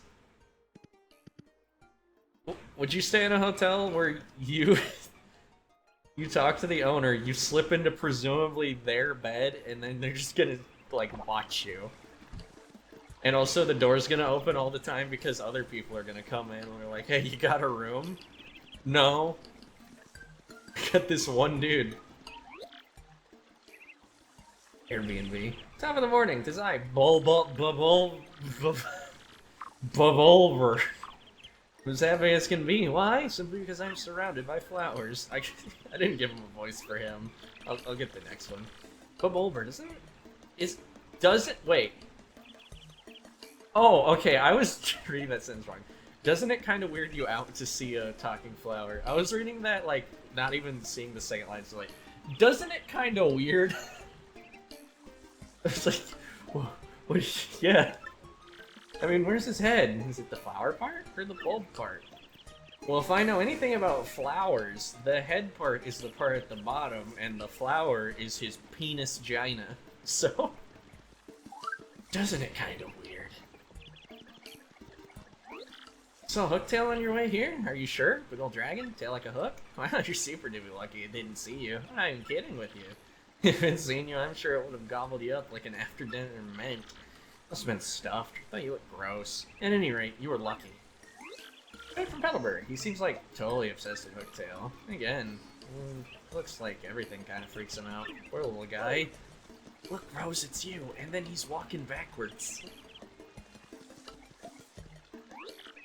Hey! Yeah, child voice.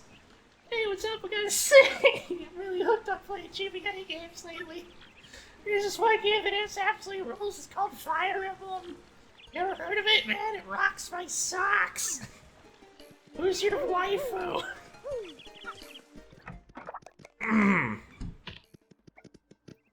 Mushroom, honey syrup, Mr. Softener, period shell, paddle block, fireflower. All these have been gone over.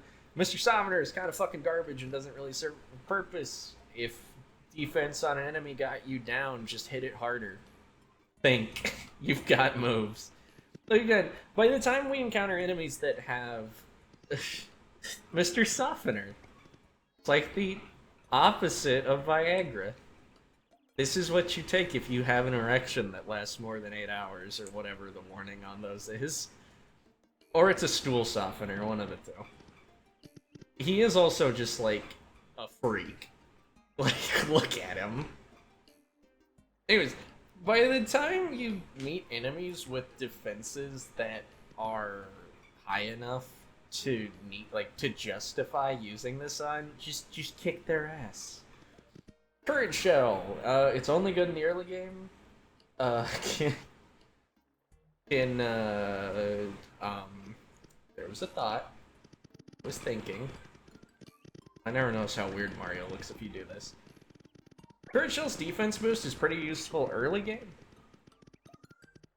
But later on, just improving your defense isn't really much of anything. Like that cool dog on the bottles of whatever, that crate of bottles. And Pow Block. Front-facing Paper Mario is like front-facing Phineas. Or looking like at a furry character head on. Apply directly to the forehead. Attacks all ground-bound enemies. This is gaslighting, this is lying, and very problematic. It actually hits everything.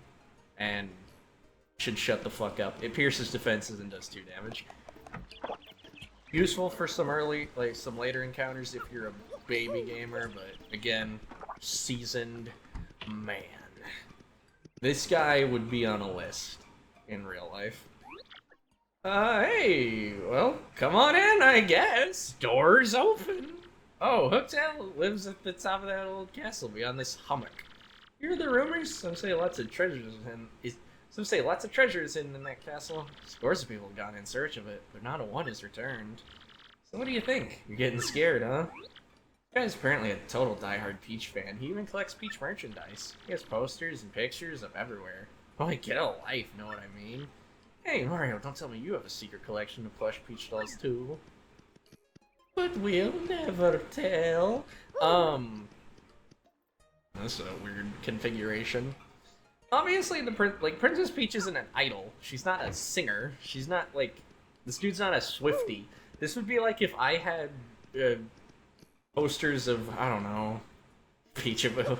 This would be like if I had posters up of like Putin in my house. Like, man, I love this foreign dignitary. I love this foreign world leader. I am General White. I am a bomb, and I have lost my hopes and dreams. I live in solitude, always. I must apologize, but I ask that you leave me alone. It's General White, the bomb. I guess white bombs are pretty rare. Yeah, they're kind of like a Trump fan. It's kind of like having like a big MAGA. But no, okay, no.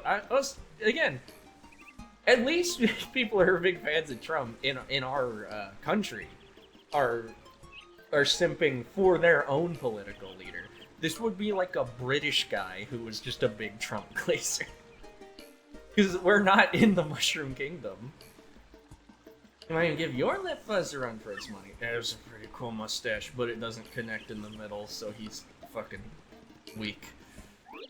Bonjour, mademoiselle. It is a beautiful day, no? No, not you, Monsieur Mustache. I am speaking to the lovely little cabbage behind you. But you say, my pretty, abandon this dollar and come away with moi. Ew, are you kidding? Ew, nice way, you disco wannabe. Take a hike, bozo the dork. Oh, sacre bleu, such brutal honesty, such a sharp tongue. I retreat for now. If you change your mind, Sherry, come find me. Total sleaze. Let's go somewhere else, Mario. Cabbage, aesthetic Goomba slur. No. Ew! What's good? What's with this guy, huh? It grosses me out just being near this weirdo. Alright, fine, whatever. His name is Dupree. This icky guy who goes everywhere to sweet talk everybody. There, no more. I gotta say, Disco Elvis is a weird vibe for like a pussy snatcher. Which is very nice. Clean water, clean air, absolutely delicious. This foul hooktail made everyone forget their fortunes. How sad. Boy, Mario's been so forgetful lately. Actually, we're the old Gipper. That might be a slur. That might, but like he's a Koopa, so it's okay for him to say it. But that might be a one for Koopa. I didn't forget my face one of these days. Disco dude has wear my hug at arms. He needs to show off the bangles. But I wouldn't be surprised if that's a wear my hug at pose. He looks so scary, but so is the monster that lives in the fortress near town. I mean, normal attacks are completely useless against it. At least that's what I heard. Oh, that's not all. Fire attacks are also useless. The very idea freaks me out. Old stronghold called Schwank Fortress lies ahead. A stone creature lives there. At least, it might live there. The gate is to keep.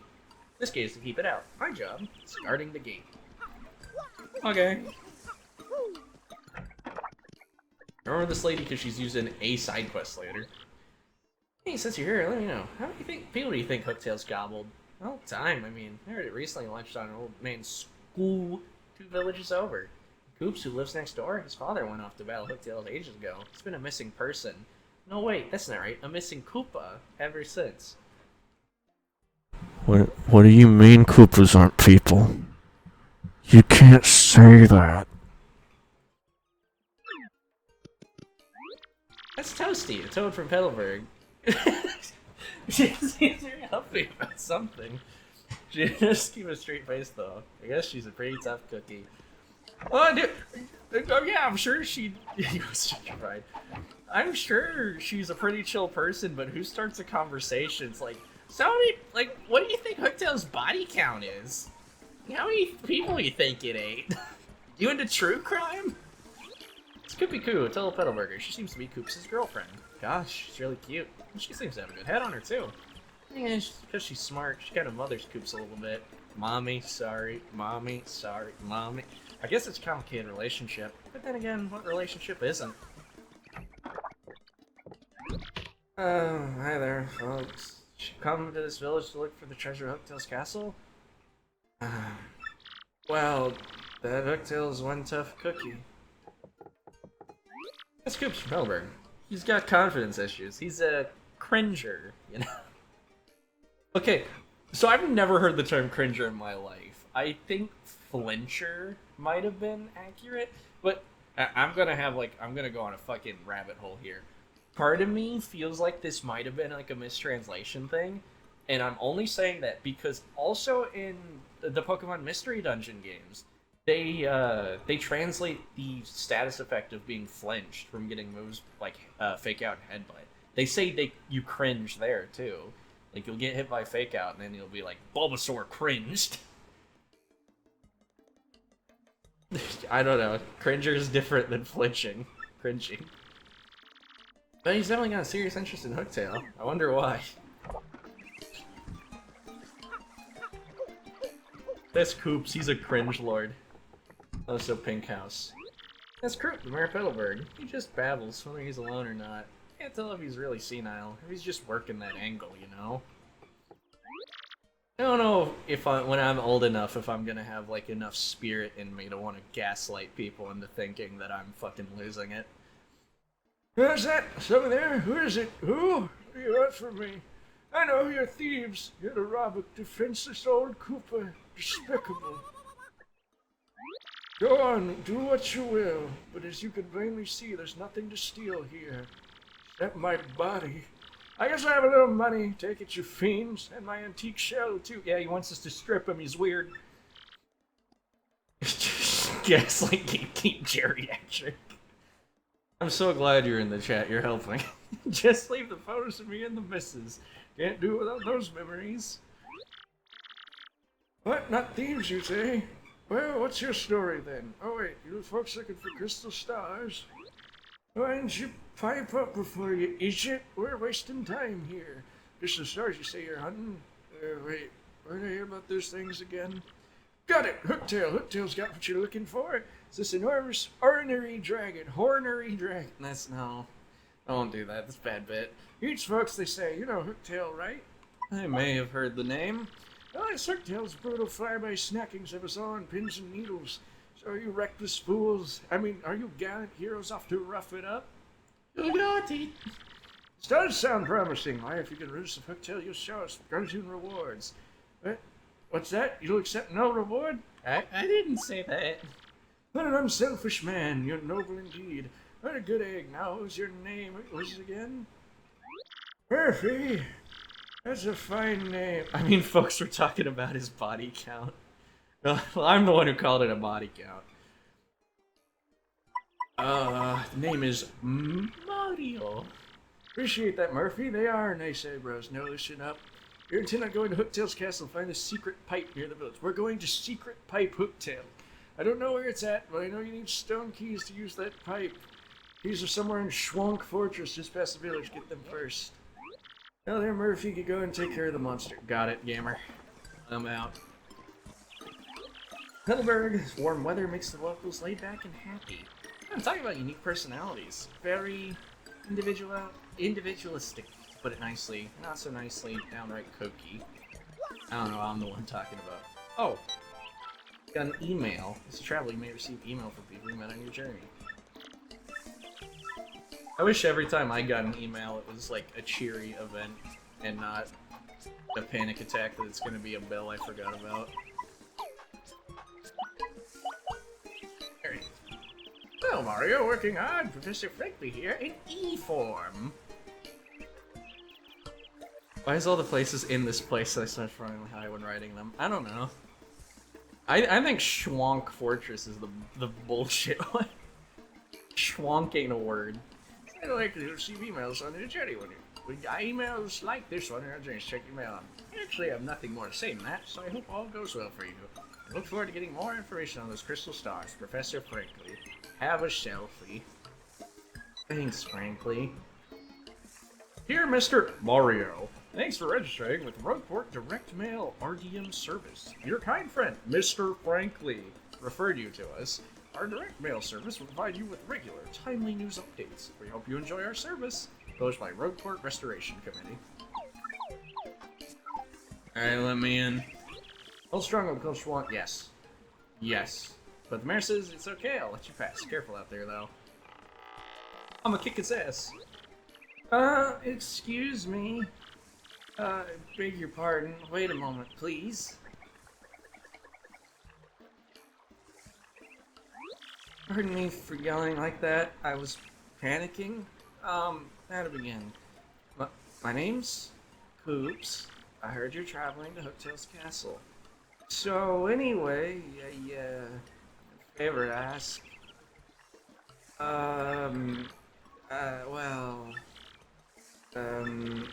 Oh, just forget it. Never mind. Ignore me. Goodbye. Okay, that was weird. What do you think that was about? Talk about issues. That's me when I have to talk to, like, any service worker.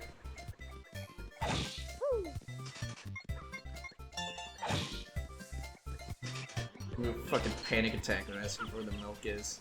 Not actually that bad, but... It is that hitbox display. Why? Ah.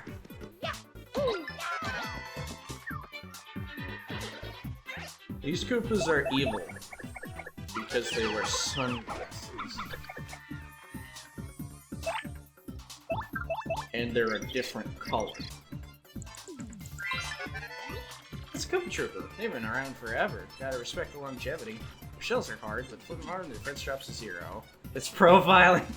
You know how to flip them over, right? Just jump on their heads. But it's true. Red Koopas is bastards.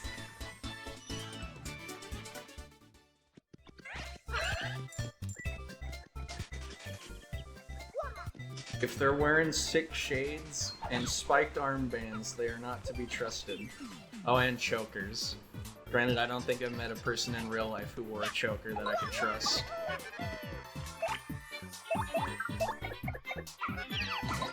Full offense to every e-girl caught in the blast.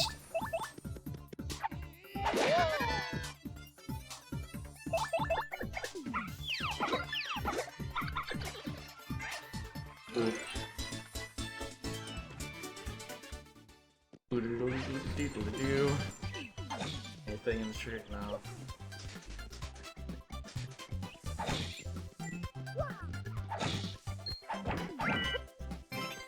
Everyone knows that the opinion of some guy who memorized TTYD encounters is the most... That's the guy you gotta impress. Not your rabbi, your pastor, or the guy doing your job interview. Me. Wait, I need to check something. Oh, that's an exact kill. We don't even need to waste time charging the attack. I suppose I should let a Koopa attack us at least once at some point, instead of just murdering them. If they weren't attacking me on the field, I would say that I'm actually being the biggest dickhead by wailing on them on sight. Also, God. That leads to Schwank Forest. It's just me or is the area darker? There are enemies around, so if you feel weak, make sure to take it easy. Okay. This part is Schwank Fortress. We got a couple pedestals here. That's it. It's pretty decent. This place is actually insanely old. Did you know that? See, it was built about 1,000 years ago. What vibrant ruins. Because this title doesn't update depending on the state of the area, that's why she just says there's a couple of pedestals instead of being like, there's freaks on there. That's a bald clef, basically a rock monster with a swarthy looking face. It's kind of mean, but bald guys really just don't do it for me. Max HP is 2, attack is 1, defense is 2. Yeah, this guy's rock solid. Fire doesn't even hurt it. Might be best to attack with, say, a power block. Or you can activate your gamer mind and just hit it really fucking hard. Or, if you're really good, do that. I see some people complain about a later fight with similar enemies where it's like, but you might not have a solution. It's like, just do that!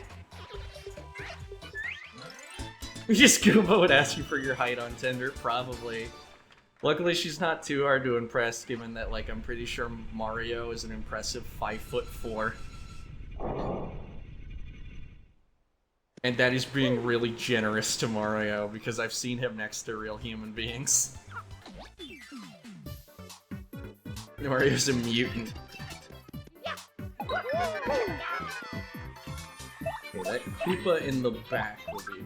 or sorry, Koopa in the middle will be allowed to attack. That's my height. So you're taller than a Marior. Marior would come up to your knees. Oh good, the stage is attacking us. Ouch. Warrant, warrant. Oh, I always hit those. Dizzy's a status that makes people miss sometimes. It also makes them look kind of funny. There's no reliable strategy. Good thing. Yeah, but when I said... I know that you're that height, but when I said Mario's 5'4", this is a gross overestimation. If you want me to, I can Google how tall Mario is. At least 100 millimeters.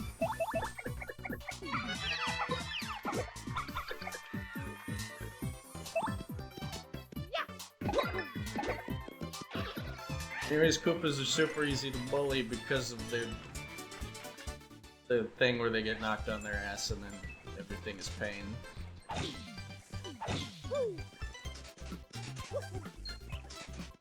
I guess if you're a weirdo, you could use a Mr. According to Copilot, he's 5'1". Dude, I'm fucking taller than new Donkers! And like, Peach is huge! I guess that one depends.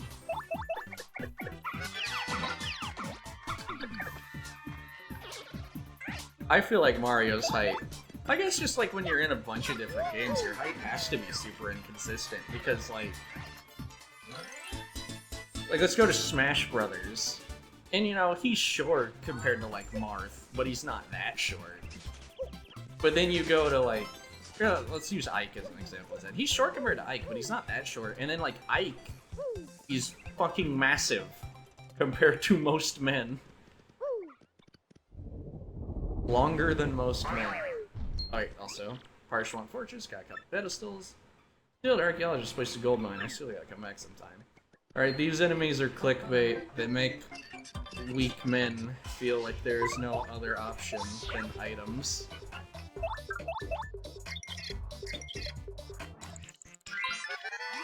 The Bristle, totally covered in spikes, they're so prickly, max HP is 2, attack is 1, defense is 4, and they're impervious to fire. Even trying to get close enough to whack it with a hammer is dangerous. Seriously, the spikes will totally pop out. So, since you can't jump on it, or use your hammer, you better use an item. No. So the thing is... Okay, I'm fucking it up, but... because they only do 1 damage, just take the defend action. They can't possibly hurt you, and you'll hit the super guard eventually. Unless you're me. I remember them being one of the easier ones to do it to, but now I'm fucking it up. Why?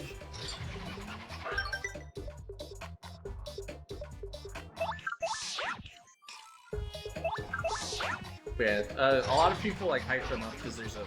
okay. There's a later point in the game where there's like conditions you have to fulfill while fighting these guys, and some are like, oh, but I can't use my OP thing we get later on them. How do I defeat them? You do that. That works. Like, yeah, it's not super easy, but like, eventually you'll hit the 4-frame input if you try really hard. Yeah. It's technically easier. Oh, sorry, no. Technically harder than parrying in Dark Souls. The smaller frame window.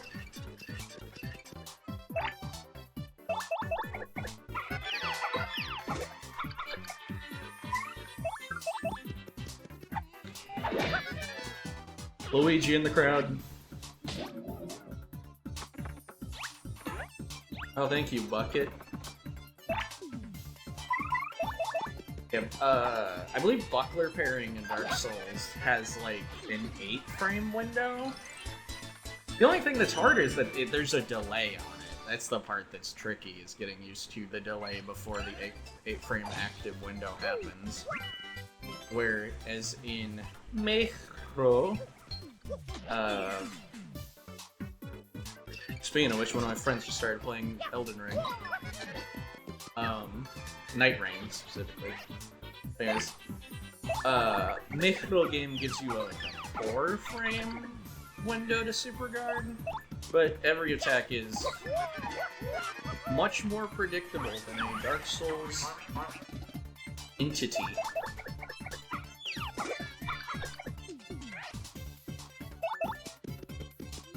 All this to say, I do think super guarding in Mithril order is actually easier than parrying in Dark Souls, but technically, the frame data says that Mithril harder. In coupon. Oh fuck! I got too much stuff. I'm gonna do this. I lied at the beginning, I said I probably wouldn't use one, but I found a reason to. There we go. In coupons are a finite resource. There's not infinite amount of them, unlike most other items in the game, so whatever. Heart block heals you and gives you full FP, but we're not weak. Swamp Forest, suspicious statue, I'm pretty sure it's Swamp Boss. Hey, I remember something. I just remember saying I read about this place in a book. Where the villagers were confronted with a monster, they'd hide in this fortress. Yes, there's a little bit of history everywhere. Hide in a fortress with an open door? Why?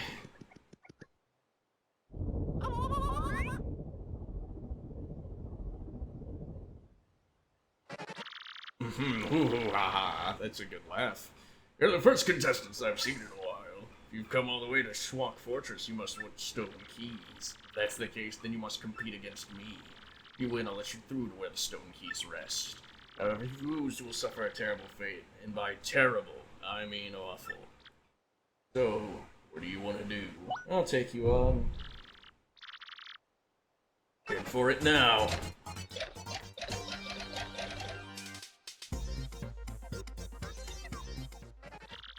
I'm fucking terrified.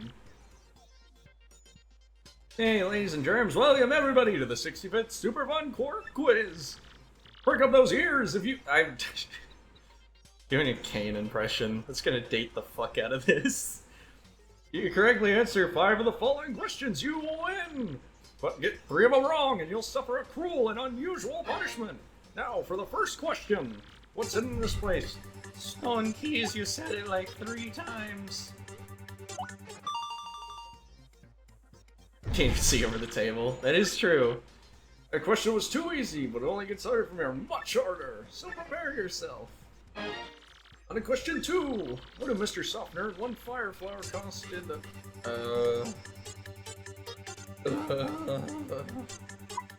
I think they both cost 8 coins. Yes. That's correct. Question was too easy, but it only gets harder from here, much harder. So prepare yourself. I started doing a different voice, oops. Moving on, question 3. What is the name of the mayor of Petalburg?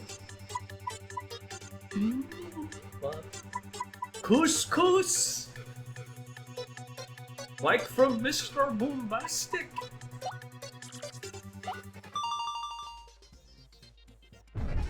The Mr. Boombastic reference there is one of the lines is your couscous perfume, you know, I love your sweet smell. That question was too easy, but it only gets harder from here, much harder. So prepare yourself. Also, it's the worst Shaggy I might have ever done. We're not done yet, folks. Question 4. Where's the crystal star? Let's go. Come on. Right again. Tell me you didn't get your 4th answer right. It can't be true. That's it. I make the rest of these near impossible. Get ready for brain pain. The questions are fixed. There's no difficulty. Here's dialogue. Question 5. How do one get from Pelberg to Bergfort? It's by pipe, but I want to get it wrong to show all the questions. Wrong, you fools. Remember, if you get 3 wrong, you're gonna suffer like you wouldn't believe. Or the pressure get to you. And question 6. Which of the following creatures have hands?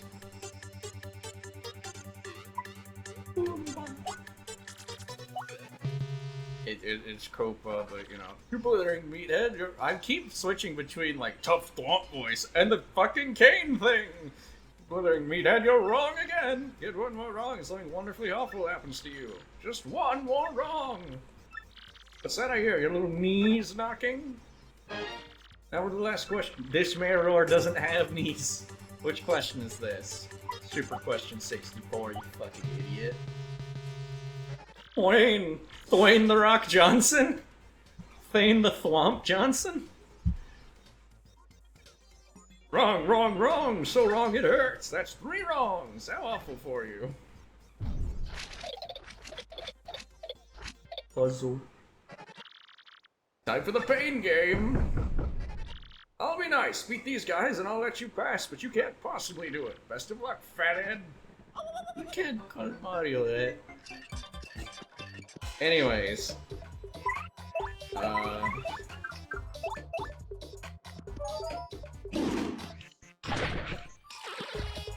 Next question.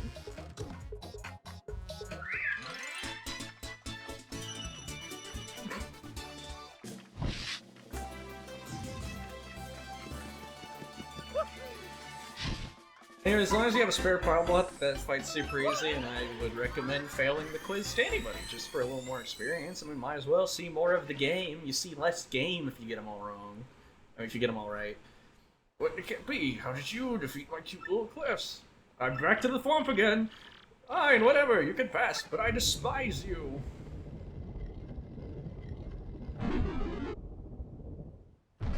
Huh? Okay, bye.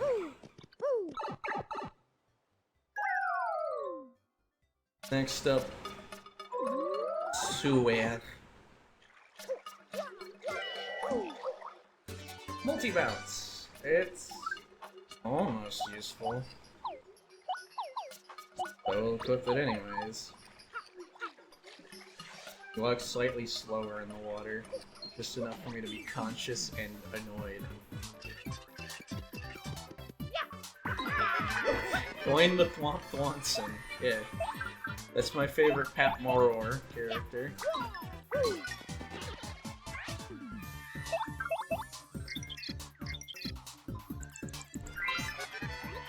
Quick, you're the only artist that I can rely on right now. I need a Thwayne emote, make it so. I need a Thwayne the Thwomp Thwonson eyebrow raise. That's a Fuzzy, what a hyperlore guy, huh? Cut back on the caffeine. Next HP is 3, attack is 1, defense 0. These things suck up your HP and use it to replenish their own. Isn't the worst. I mean, ew, doesn't sound totally gross. You can just guard against it by pressing A. I forgot that I was supposed to jump to, like, kill this for turn efficiency, but I'm dumb. Whatever, it's fine. That's its attack, everybody clap. We all saw it, yay. Every Fuzzy does this.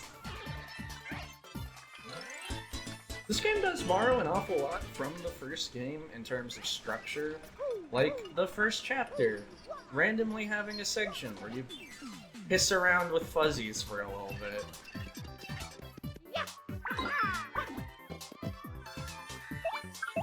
The most iconic part.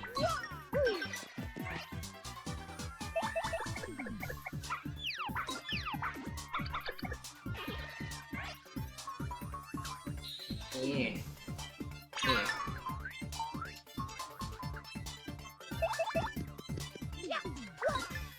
Also, when I was a kid, I didn't even notice this battle theme.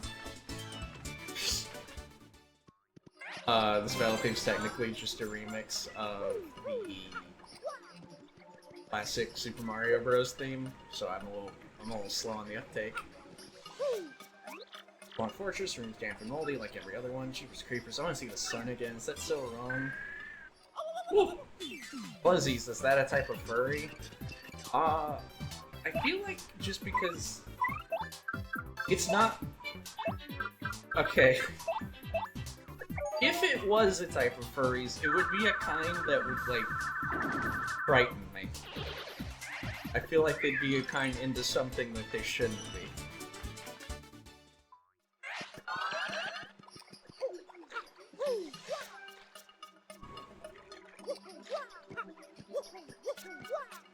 Fuzzies are a bit of a weirdo Mario enemy because, like, they got hella play in Paper Mario.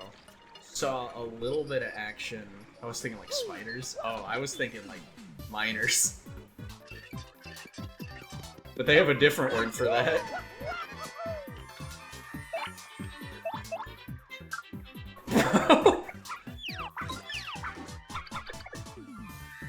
People are fucked up.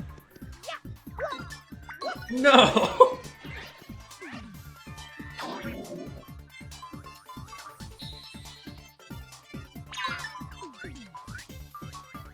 Stop.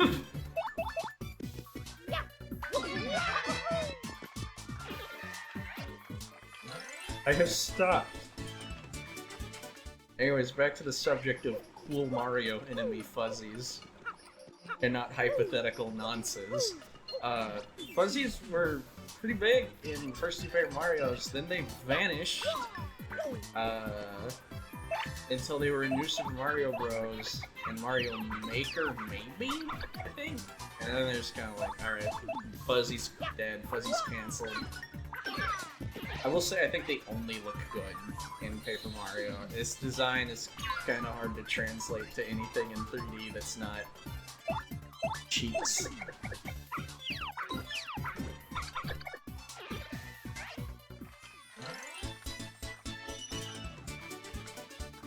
They're just not they're not the what I would consider a particularly iconic design.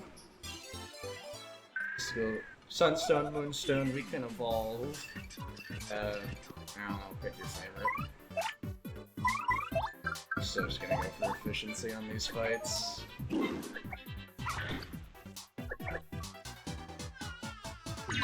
Oh hey, I didn't even need to use multi-bounce. Thanks, game. What's the problem for me?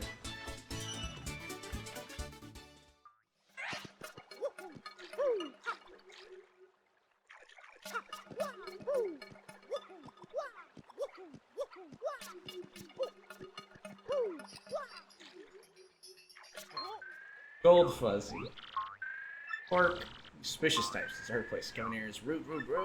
Sorry, suckers. If you want a warm welcome, too bad. Now I lunch on your head. He says this, but he's the only type of fuzzy that does not give the suck. Oh, a coin? I'm too kind.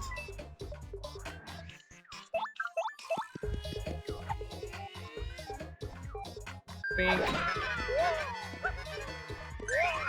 And you stunt on him. Hey, oof. Hey, how? He jumps are tougher than you look. I'm not through yet. Everyone, get him. The fuzzy horde. Oh, you know what? This is... Also, you automatically have the tattle for them. Well, that's kind of an odd thing we'll get to in a second, but anyways. It's a gold fuzzy. Oh, they're super rare. I'm serious. Wow. Max HP is 10, attacks 1, defense 0. But hey, even though it's a fuzzy, it won't suck up your HP, which is nice. I wonder though. This thing hide. Look at it. It's so gaudy. Yeah. Alright.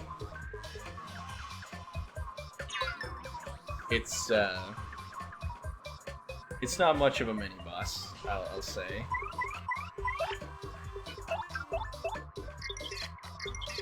You know, peek at it. Fuzzy horde, look at them all. We're a mob scene, it's crazy. HP is 20, attacks 1, defense 0. I'll just come out all at once in attacking order. It says here not to freak out. It says if you use good timing and defend, you won't take much damage. Thinking it might just be faster with the ring leader though, you know? That is true. Beating with a gold fuzzy ends the encounter sooner, but you can also, I don't know, if I want to beat up a lot of them. I don't think it's more experience or anything though, if I recall correctly. It's just something to do. That being said, Fuzzy Horde is an interesting case. It has a unique tattle. She said something different when she tattled it, but for some reason it doesn't have an entry in the log.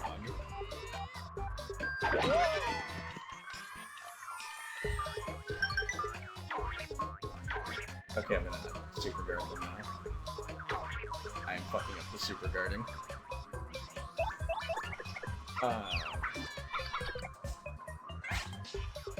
Oh, they just leave it half HP? I don't even remember that.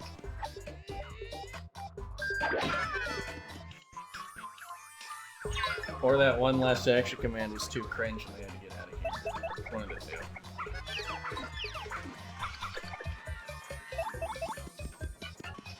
Boop, boop, boop, whap.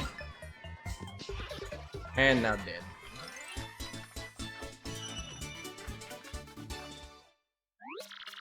Yeah, you got me. Look at him go. He's going to kill you, the viewer.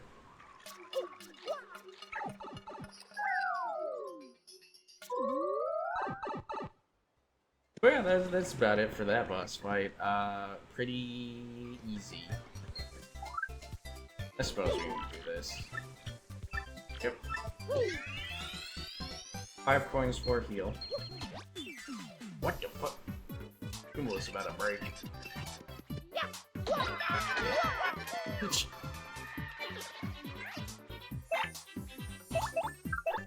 I love when things exit via the screen. It's a good visual thing. I actually can do this for maximum efficiency with taking it out. Oh, right! I was supposed to mention something else during the fuzzy board scene. Okay, so one thing that I learned about this game that I never thought about. Okay, Koopa died. One thing that I never, never noticed when I was young. I remember playing the game when I was like a teen or whatever. That people impressed on me later. This game primarily exists to show off how many sprites they can have on screen. And there's something kind of funny and sad about that. That kind of kills the magic of the game to me. Because yeah, this wasn't just a game that was made to be a game because they wanted to or like had anything. No, there was a corporate angle. Pat Mirror is a good game for them to show off, like, again, in the 64, it was able to show off that, hey, our not 3D graphics look pretty cool, look at all the sprite work we can do, and in 3D environments, that's pretty rad, right? Yeah, it was kind of a tech demo. So every chapter, including the prologue, and every battle, every chapter, including the prologue, there is just a moment, at least, where there's a fuck ton of sprites on screen. And once you notice that, it's so fucking distracting. Because I'm just like, oh yeah, right. Because they were sucking off the GameCube.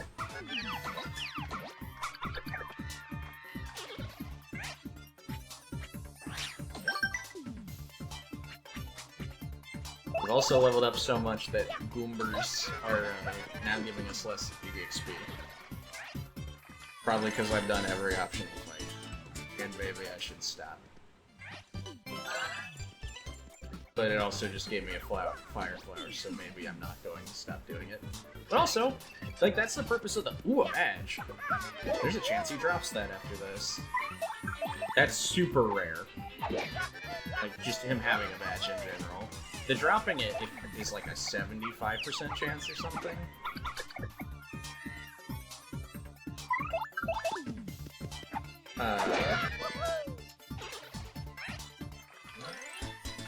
Anyways, yeah, in the battles, that audience, like, mechanically the audience— no badge. Mechanically the audience serves a purpose, but they don't really need to be there. It's just to have a bunch of fucking sprites on screen. It just exists for that purpose, and then, you know, knowing that's just like, oh, okay. But that's one of those things that comes with being an adult and realizing that a lot of the media you enjoy fundamentally comes down to being a product. I have a friend who's very into Transformers. And she's not wrong for being into Transformers, but, like, that's one of the most cynical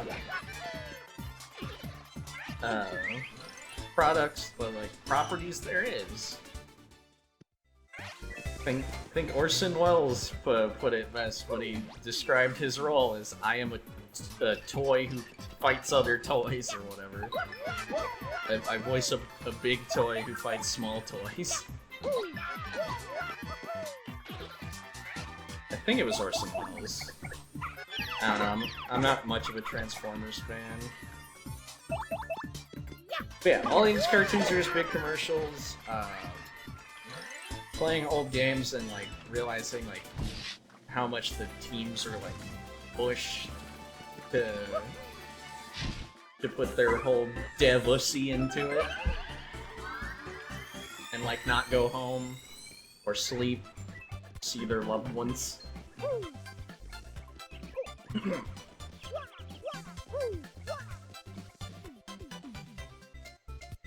It's one of those things where it's like, that's the thing, like, people like to, this is true, gamers, people like to point out that Majora's Mask was made like a year or something after Ocarina of Time. But that was only possible because A, that reused assets like a motherfucker, and two, they had to work their asses off to get that to go.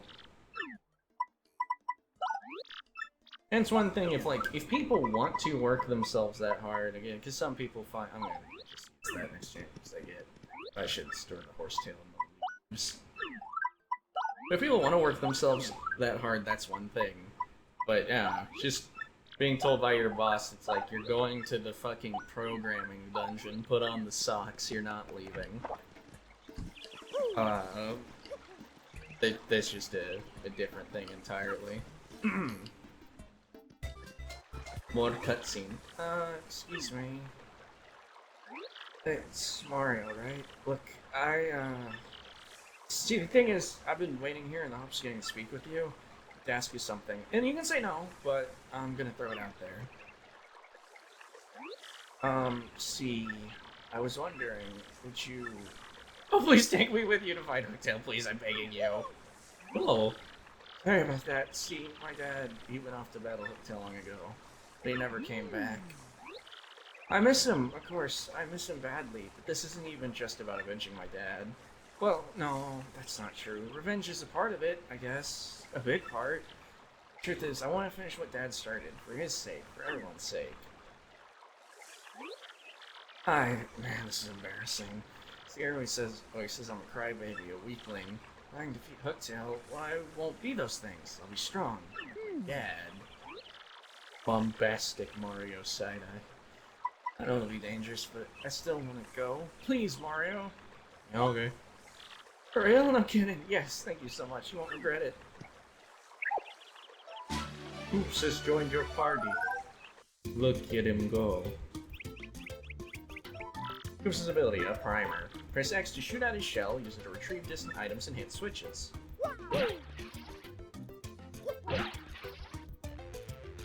Hold X, you can hold the shell in place one place after shooting it. When holding a shell in place, press X, release X to fire the shell past Mario. You can even hold Koopa's shell in place, move Mario, and then release the shell. This is a slight upgrade to the Koopa's ability from the first game, who could not be held. Battle Koopas can fight with your side-striking foes with his main move, the Shell Stoss. He can also strike all ground-bound enemies in one attack with his Power Shell. While partners in the field, press start. I wish that they told you that, like, I guess it's tells you in the UI, but a much faster way to switch party is simply, okay, actually, hang on, women. Oops.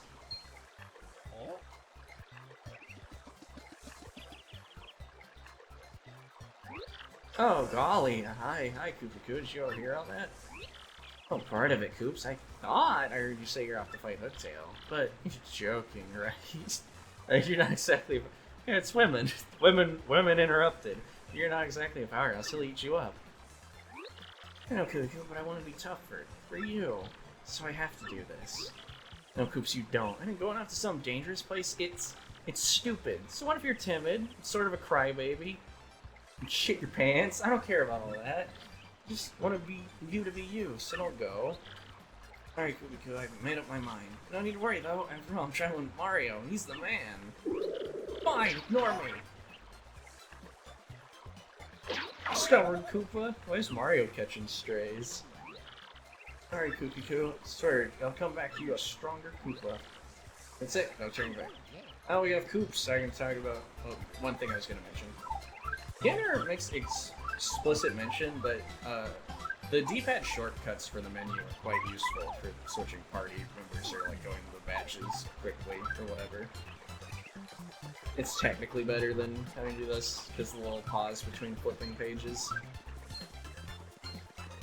Anyways, Koopa. Where are you? Can I use this guy as an example? Koops is pretty good at what he does. He's also just like he's really good early on. But he's most notable because he does this. It's pretty cool. He is completely limited to ground-bound enemies. He's got no solutions to it, but Goombella can't deal with spiked enemies at all.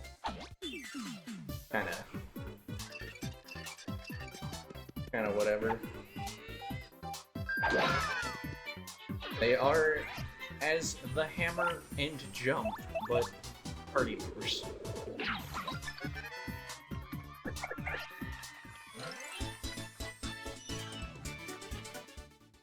Koops does have use cases, and again, early in the game he's very good, but for, like, I think Chapter 5 onwards, Goombella's just the best party member in the game, so it's a little hard to be a Kooper.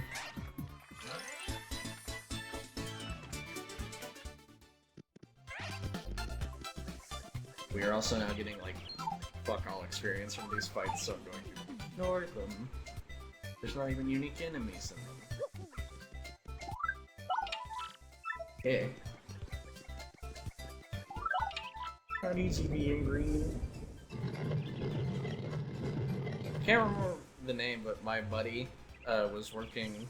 My best friend was working on a film project with Tim of Tim and Eric fame. I wish I could remember the actor's last name. And they got into an argument about the Muppets.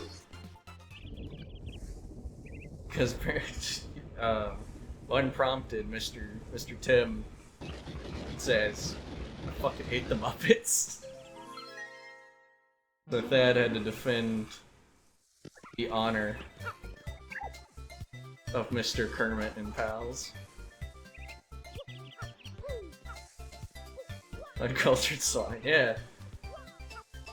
If I'm being real though, I haven't seen much Muppet things. It's just like, I mean, Sesame Street's technically part of the Muppets, and I watched that when I was like, you know, a fetus, so that counts, but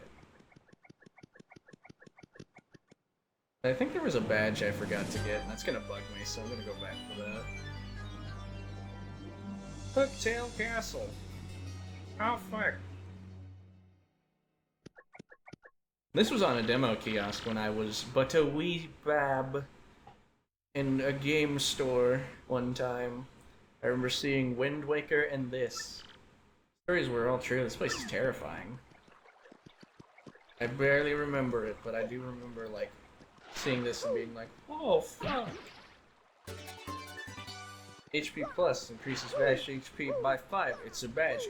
It's kind of pointless. I mean, it allows you to use your level up kind of modularly, because it costs 3 BP. You get 3 BP when you level up.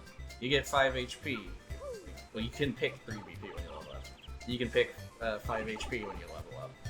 So the badge just transfers a BP level up into an HP level up, which could theoretically matter sometimes. Had more of a purpose in the first game because the HP cap was much, much lower.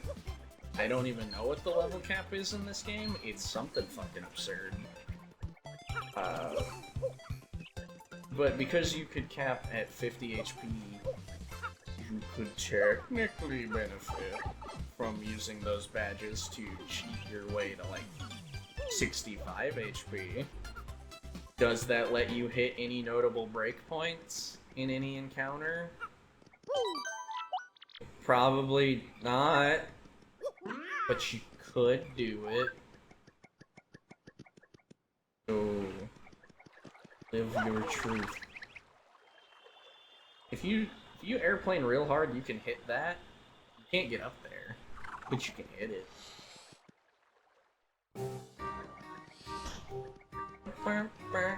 New area, new music. The Hooktail Castle theme.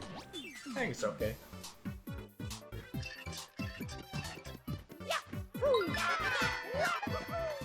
Oh, new enemy. Oops, fetch me the yapper.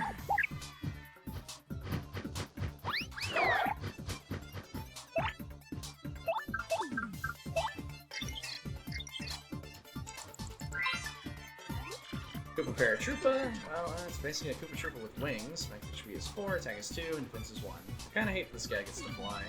First you can stomp on him and he'll plunge down and be a plain old Koopa Troopa. Yeah, do that and he's ours. Stomp him again to flip him and his arms and legs are useless. Oops, sorry, that's not true. Looks like you can still wiggle them out around a little bit. I hate you.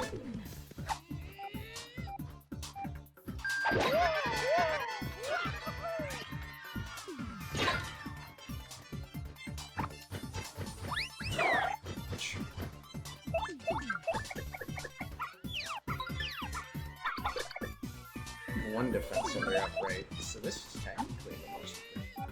This. Yeah. And Stager sure is active today.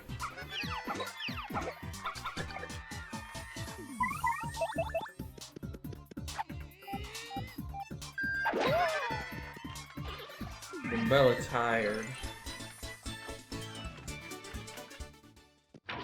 What the fuck?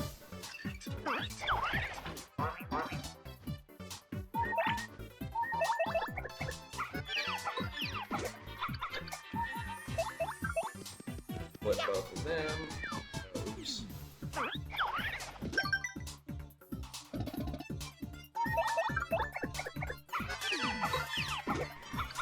Does that look like you?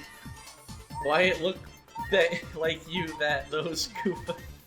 Do you mean hit? Look like you that those Koopas no square. Probably.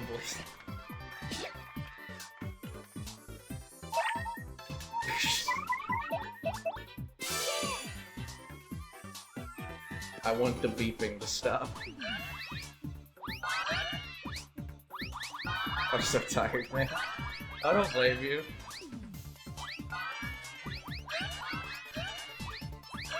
You've been alive longer than me, and I'm already like kind of done with it. So I don't blame you.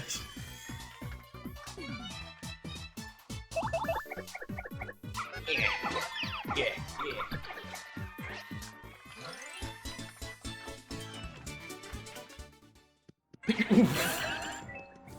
No, it's fine. Corridor, Hooktail Castle. Can't say I'm a fan of the bone pile decor. I don't have any. I want to have my bones end up here, Mario. Hold on. I know the answer, motherfucker. I know the answer that Goombers do have bones, but I don't like looking at it.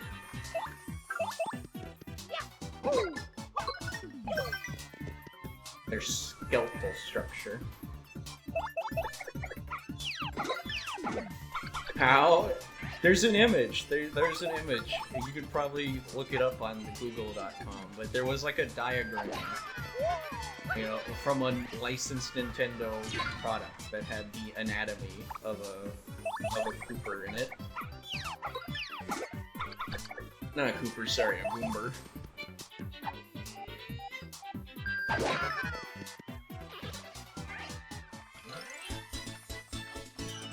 Goomber, named after chestnut in Japan, but is mushroom. America explain.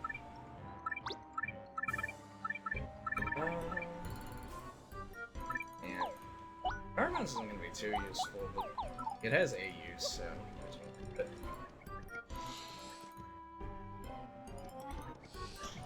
Yeah, let's get out the boy.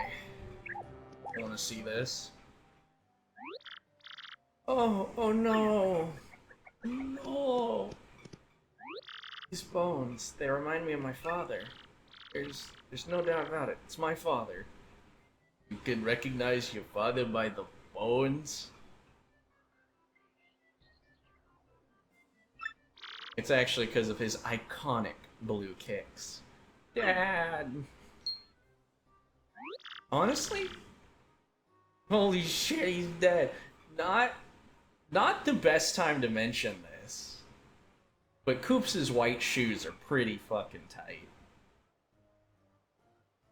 Anyways, back to the familial tragedy. What's this? Mario, my father's clutching some kind of letter. Or at least his bones are. So, what should I do? Should I read it? Okay. Okay, I can do this. I'll read it. Ahem. I came to this castle to destroy Hooktail, but I am stuck and can go no further. So, in this letter, I shall note Hooktail's weaknesses. For those who follow, the dread Hooktail cannot tolerate creatures that begin with cur and with icket. I wonder what this could mean. And somewhere in this castle is an item related to Hooktail's weakness. If one is to have any hope of defeating Hooktail, one must find that item. One last thing, faced with ultimate doom, the fiend will use any trick to save itself. Hope to defeat it, do not give in to your kinder nature and fall for its tricks. Alas, I do not have the strength to continue writing. Already mist veils my eyes. My last words go to my son, Colorado. I love you and I'm proud of who you've become. Huh? My son, Colorado, not Koops. Yeah, I guess this isn't my father after all. This isn't that father. I wonder if that pile of bones over there is my dad. Wrong dad. Wrong dead dad. Colorado was a character in the first game, and it is a little tragic that Mario never thinks to email him and be like, your dad fucking died. Your dad got no-diffed by the first room of the dungeon and died. You clearly don't value your lives much if you come to this castle to disturb us. You will go no farther. Wait, actually, you know what? Better voice. You will go no farther, and from this moment you'll be nothing but bones. E-Man. Here it is. Look at all these sprites. Look at how powerful the GameCube is. You're fucking losing it!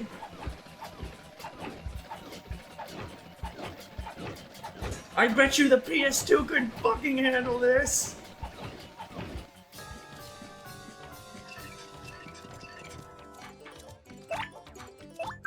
Anyways.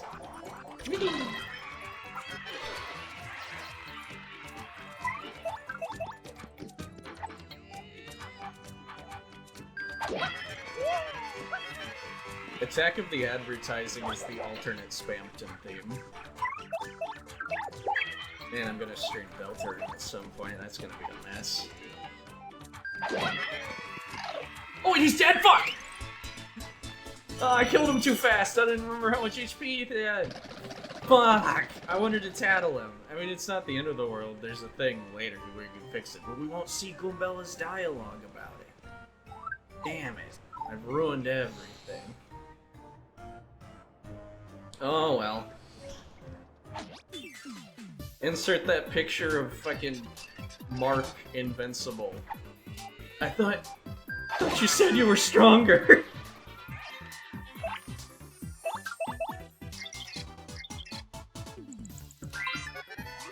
So why do Goop Skulls have an overbite when Goombas have an underbite? I don't know. Actually, HP is 1, attack is 2, and defense is 1. These groups the bonus to attack, and the build reinforcements 2. Attacks that can strike multiple double bones at once are the most effective. Make it make sense. The Mario. Ow. I'm trying to super guard because they do 2 damage. The normal guard won't fully block it, but in my hubris, I'm just getting boned.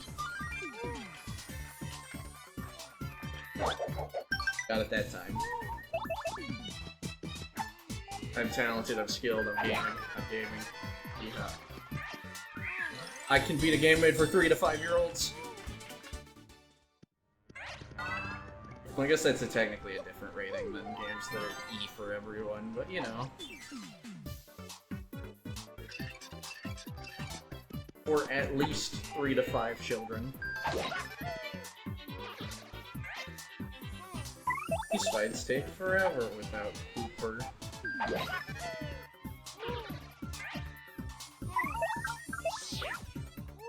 But switching takes a turn. Ouch. Thought that was headed at Mario.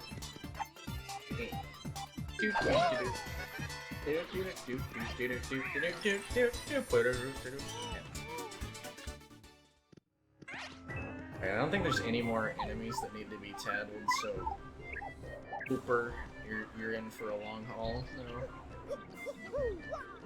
It is time for puzzles.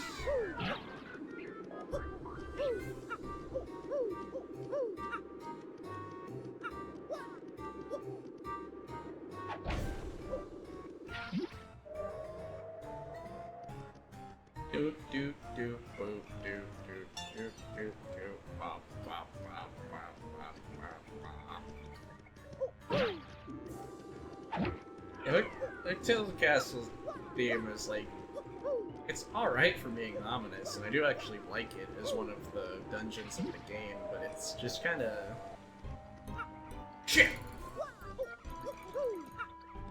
I think I just did it. Yeah, it's just kinda shit. No, yeah, it's not much of a bot, not really catchy, it's just kind of a thing that plays. There we go.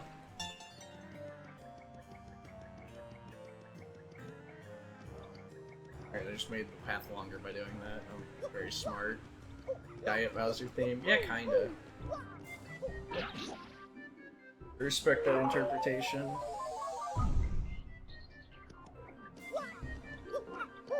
Also, once again, talking about the kind of things that are similar between both the first and second Paper Mario. We had to go through a grassy green land with a village of Koopas before we went into a scary castle. You respect me? That's no. I respect all women, I'll have you know.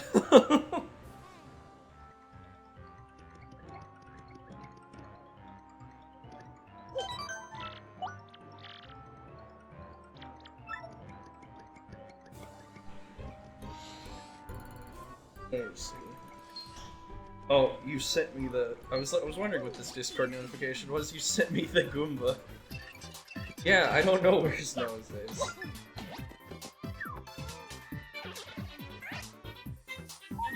He's gonna be so cursed out of content. JB, pull up the clip, JB. No, very few ways to make this efficient.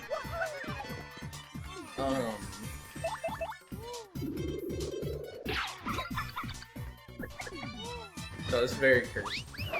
I suppose when I put it up, I'm gonna leave a mental note to myself. Show the picture of the Goomba, so everyone knows in the VOD, at the very least, what the fuck the Goomba is.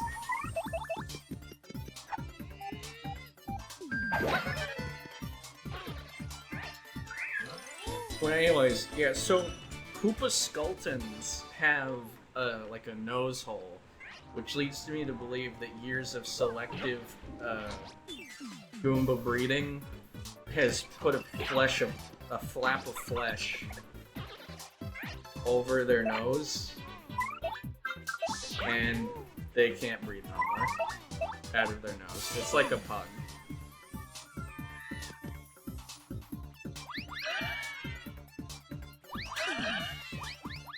Yeah, exactly, they've been pugs.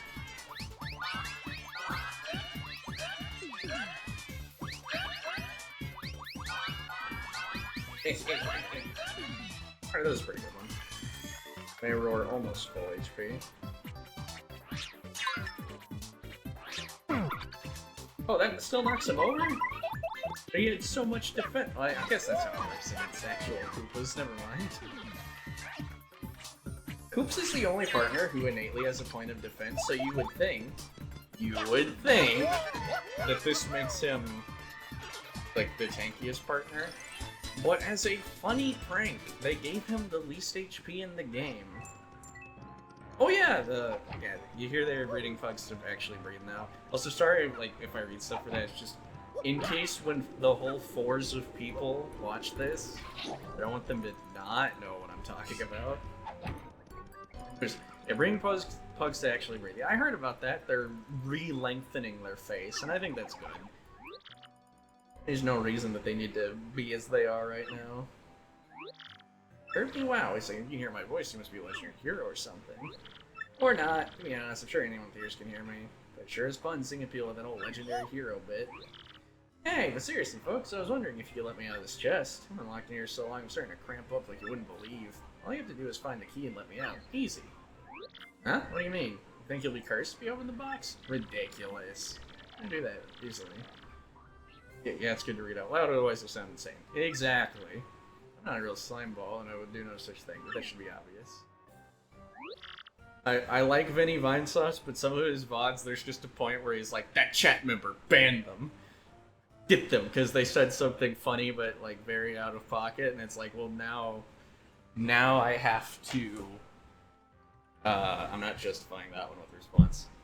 See, I'm doing it there, so now no one will know when I said that, too. You know, a little I scratch your back, you scratch mine, except in reverse order. Of course, you don't have to, if you really don't want to. But... yeah, exactly. It's like, I think in that one, it was because he was... the band that chat member was because people were thirsting over Rudo in Ocarina of Time.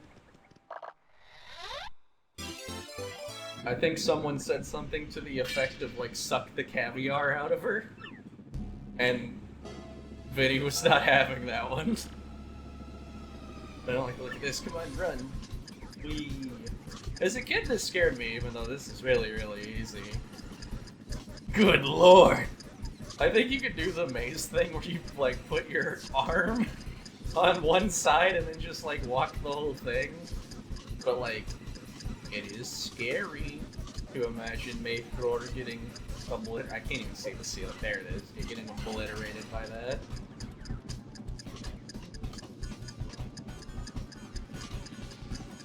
I'm just kind of seeing. We did quite a few seconds, even when it's like covering everything. Anyways. Yeah, that was too close. Gotta shake it off. Whew, okay. Now there's geese. Let's go over to the speech test. I forgot to do the weak voice for him. Weak, tiny little man. Hey there, boy, am I so... yeah, I was saying good lord to the caviar. Yeah, I figured. I figured that was why. No, it's such a foul thing to say, but it's like, damn. It's a... what a powerful image.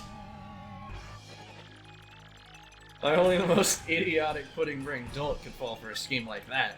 Got some straps from anyone who's entered this place, remember leaving it. No which path you take, you're always fated to waste away to a slow, painful end. But wait, there's more to this great deal. I'll throw in a free curse, no charge. Oogly boogly boo. Wee hee hee, now you're cursed with your fist and it serves you right. The curse is more curse-worthy than any curse you've ever cursed you. Or this curse makes you like a piece of paper when you press and hold R. Wee hee hee, what a curse, who curses like me? No one. I'll show you just how frightful a curse it is. Go, press and hold R. Press and hold R now. There you go, man. What is that? Video press. Okay, I didn't know. I don't know. There was like a length that we needed to go in.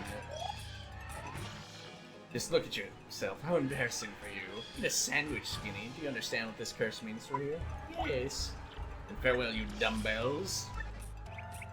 I haven't heard dumbbell as an insult in like ages. Mostly because I'm a grown up and I can say the fuck word now, so the insult game gets a little more like oh wait, I'm a dumbass. Gets a little more unified when you're older. You say the same spicy adult words. Anyways. This badge makes your attack sound like this. So here's a little fun fact. The Hooktail's weakness is things that start with cur and end with icket. Okay, cricket, obviously. So this is not a cricket sound effect. It's a frog sound effect. But it's a Japanese frog sound effect. And for fear that the little Westlings wouldn't understand what the fuck, they localized it into being crickets instead of frogs. Now, it still doesn't really sound like a cricket, but, I mean, the child me, I was just like, yeah, that's a cricket, that makes fucking sense. You know, like, the Koops doesn't look like a fucking turtle. Like, you know, no, it's a Japanese frog. Like our frogs don't make that noise. It's like a specific type of frog. But there's like more generic frog noises. Someone pointed out, like, again, I'm not gonna take credit for this, but one guy I was watching pointed out, it's like they could have just used like the frog noise that they use in like, yeah, frogs have accents. Like, it's like how different birds have different cries. Not every bird goes tweet. Some of them go like Weibo. Oh.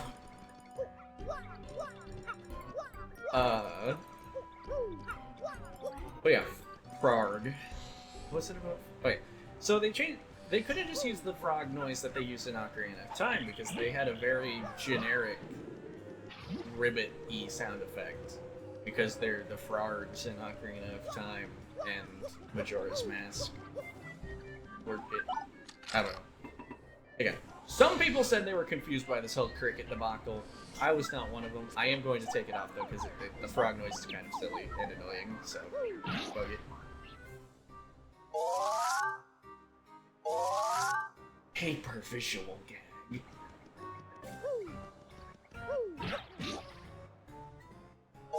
Another one.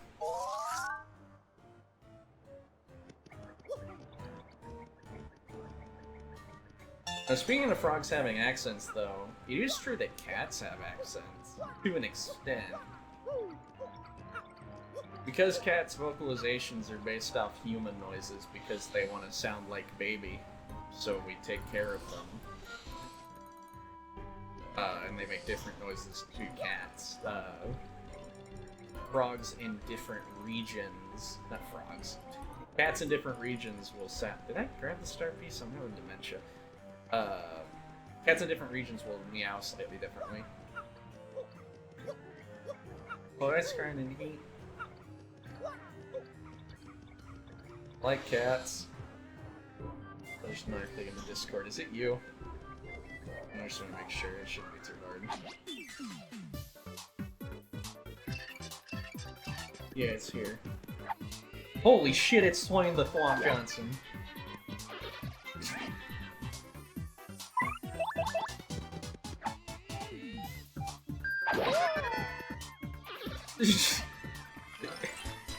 Yeah, I saw.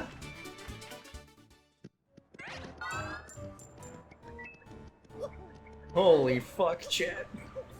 Chat's just you, but chat could be more people in the future. Again. You gotta walk before you learn to run.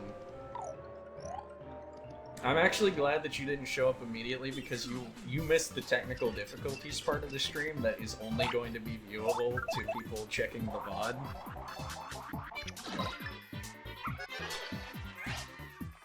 Cause I don't know what I did.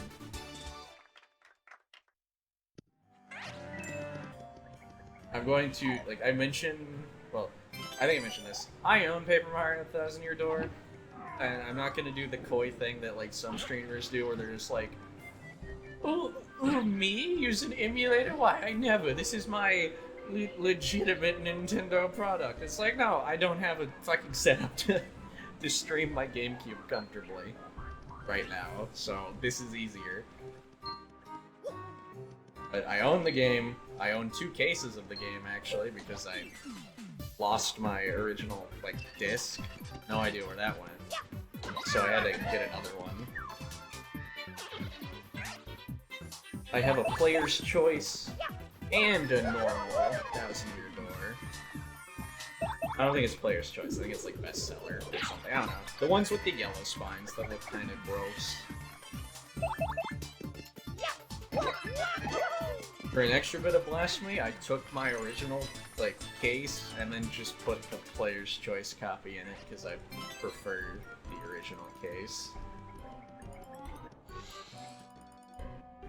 Also, bit of a faux pas to mention other people's commentary and other people's jokes when it comes to content creators. Obviously, certain ideas are gonna come up, but I will need to talk. I gotta talk about an interaction coming up. Yar har. Well, I'm about to steal a joke too. Oh my, who's this handsome piece of cheese? I can't believe there are other thieves here besides me. How very strange. Hey, who are you? Me? Why, Miss Mouse, the globe-trotting thief. Heard of me, sweetie? I heard there are rare and valuable badges here in this castle. That's why I'm here. The real question is, why are people like you roaming in such a run-down place? Well, you see, we're here to beat Hooktail and get the Crystal Star. So don't think we'll let you get the Crystal Star first, no matter how cute you are. Crystal Star, you say? I know nothing like that was in the castle. Sounds intriguing. Perhaps I just heard something you didn't want me hearing. Darn. No, that's okay. I mean, you were looking for the Crystal Star first. I already found the badge I was after, so I'll let you get your Crystal Star. I do need to figure out what to do with the black box around the screen. Probably, I don't know.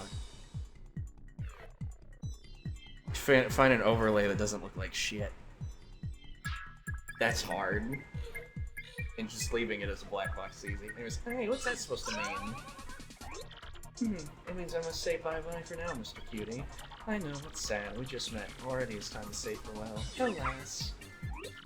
Oh my, you're so old. Is that legal? I almost forgot I have a little secret to share with you. Somewhere in this... Yeah, stream overlay. I'll find one. Throwing this castle is a badge that will help you best fix others, so I'm told. God, okay. The Paper Mario stream, Paper Mario 64 stream is going to be lost media now forever, and I'm going to try and keep it that way. But at the very beginning, I didn't even notice the option to center the image. So it was snapped to the diagonal left, and I just started playing that way until I fixed it mid-stream. If you're going to fight Hooktail, I'd recommend finding that badge first. Well, take care, handsome mustache man. Let's get together again real soon. Okay, I wonder what her story is. That's an interesting one, full of romance. Alright. So... Also, I was running 2 layers of the same video, so when I fixed the first one, you could see a second Paper Mario stream behind it. It was bad. Like, I was doing some real cart before the horse style streaming.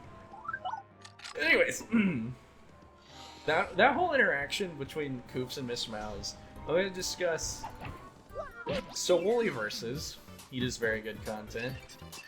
And obviously I want people to watch my playthrough. I obviously want people to watch my playthrough of the video game. More. Shit. I have to waste more FP.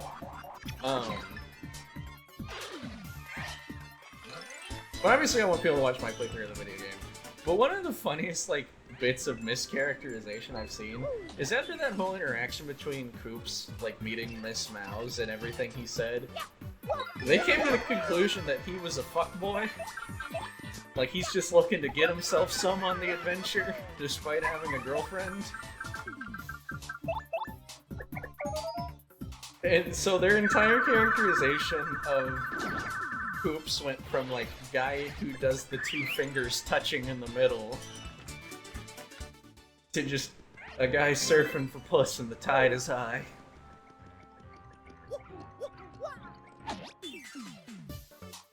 And I don't know, it's such a weird characterization for him that it really imprinted upon me. Yeah, it's his breakdancing apparently that gets him the bitches. It helps if I can do the stylish move right. Defense is boosted. Okay. So we're just gonna have to do no damage to that guy for a little bit. Fuck.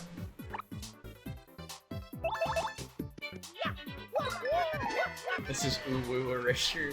Yeah, he's just supposed to be a cringer. Or what? Yeah, they call him cringe. He's just supposed to be cringe. He's not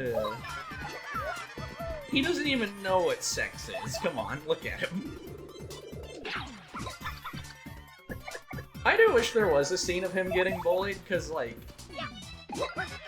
the look of his right eye, yeah, it's his right eye. It's kind of weird, given the angle, but his right or left eye, like, being almost like it's swollen shut, or, like, bruised. I'll do HP, it's been long enough. And the bandage, like, implies that he's been getting his ass beat. And I need to know which Cooper has been kicking his ass. Ah, fuck, I'm not gonna finish chapter 1 on the first stream, damn it. Maybe it's because I wasted 30 minutes setting up a game that crashed every time Bowser breathed fire on me.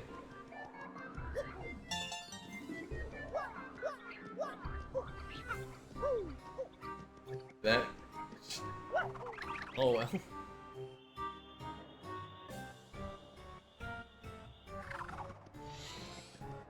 Yeah, unfortunately, stream almost over.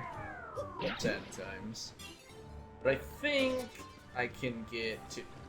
You know, if I was a smarter... Wait, no, I think you had to jump to that. It's fine. I think I'm going at a pretty decent kip as far as the stream's going. I don't think this is gonna take me, but like... I don't know. Maybe 1.5 stream per chapter. Game's got 8 chapters to it. Shouldn't be too long. I don't know, I got a lot of stuff I want to get to. That, building up tons of experience. I really need to start advertising myself more too, that might help. I am part of servers where they'll let me do that, so I might as well be like, come on down and look at the fuck! Come on down and watch this incompetent idiot play baby game that he know real good. Oh, you can fly. Alright. I'm really good at this. Yeah. I don't know what's after this, but I'm not at a point where I have anyone who wants anything in particular done. And like, yeah, I would also be lying if I said like, this is gonna be the only time I play this game. Because this is scuffed. It's gonna be scuffed for a while. So, it'll probably be...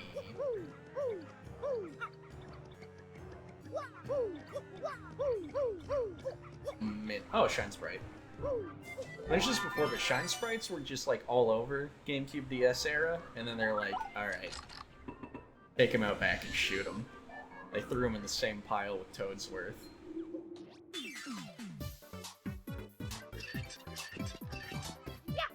What is this fuck-ass enemy comp?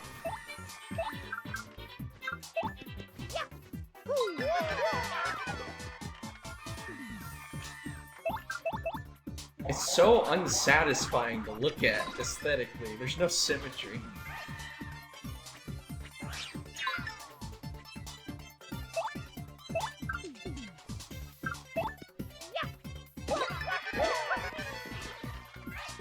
I think leaving the Goomba for last is probably the most efficient thing. Being joining for a Scuffed League stream. I'm gonna be honest. Oh hell yeah! I'm fucking gambling. Woo! 3 FP, big winner, yeah! Anyways. No. Might join you for a Scuffed League stream. I have mentioned this. I'm gonna say it. I'm going to do everything in my fucking power to not stream League of Legends.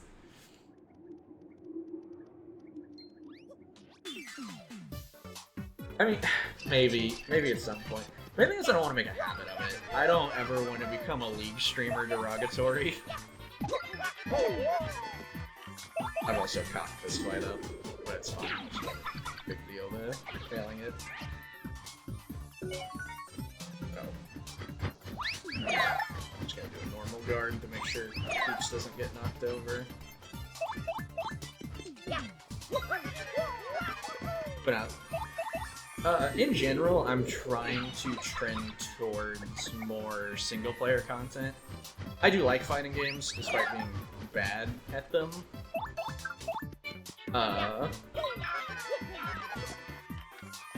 Well, despite being like just kind of a mediocre level. I do want to play competitive games, but I don't know. I just get more mad, and I don't want to be more mad. And also, it's like, I can go burn myself out playing competitive games in my free time, where I really wanted this to be a space for me to appreciate single-player games. Now, I'm gonna get to the entirety of the Soul series. I streamed Minecraft in high school. Damn, that's rough. I will avoid making any comments about your sordid history there. But can I find the VOD somewhere? For no reason. No reason.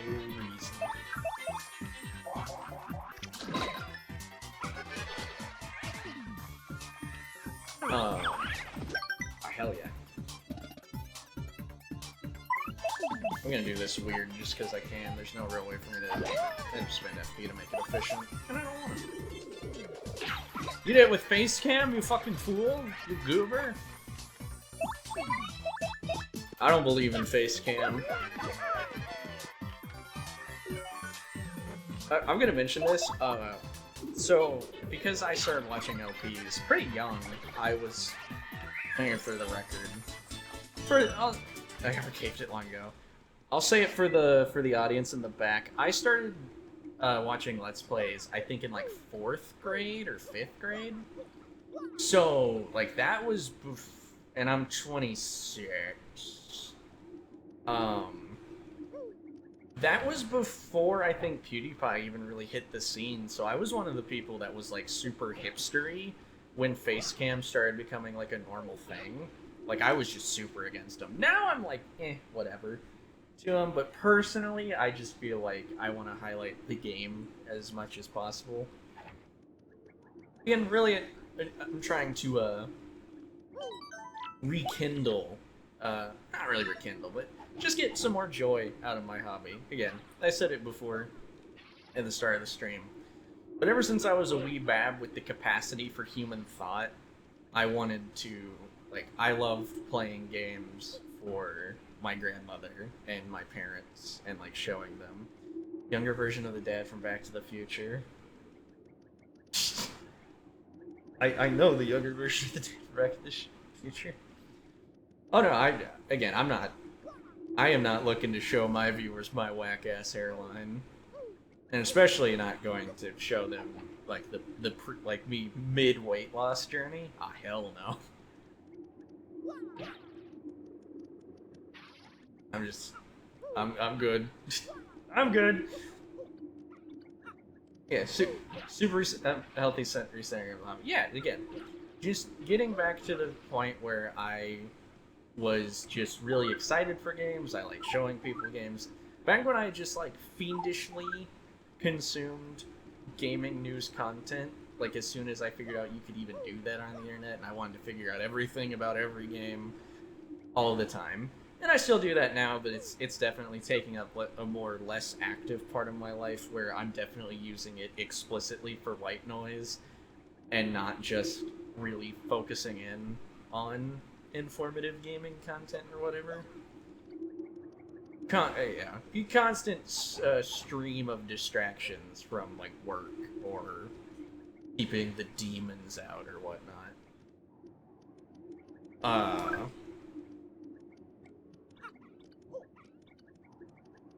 Let's see.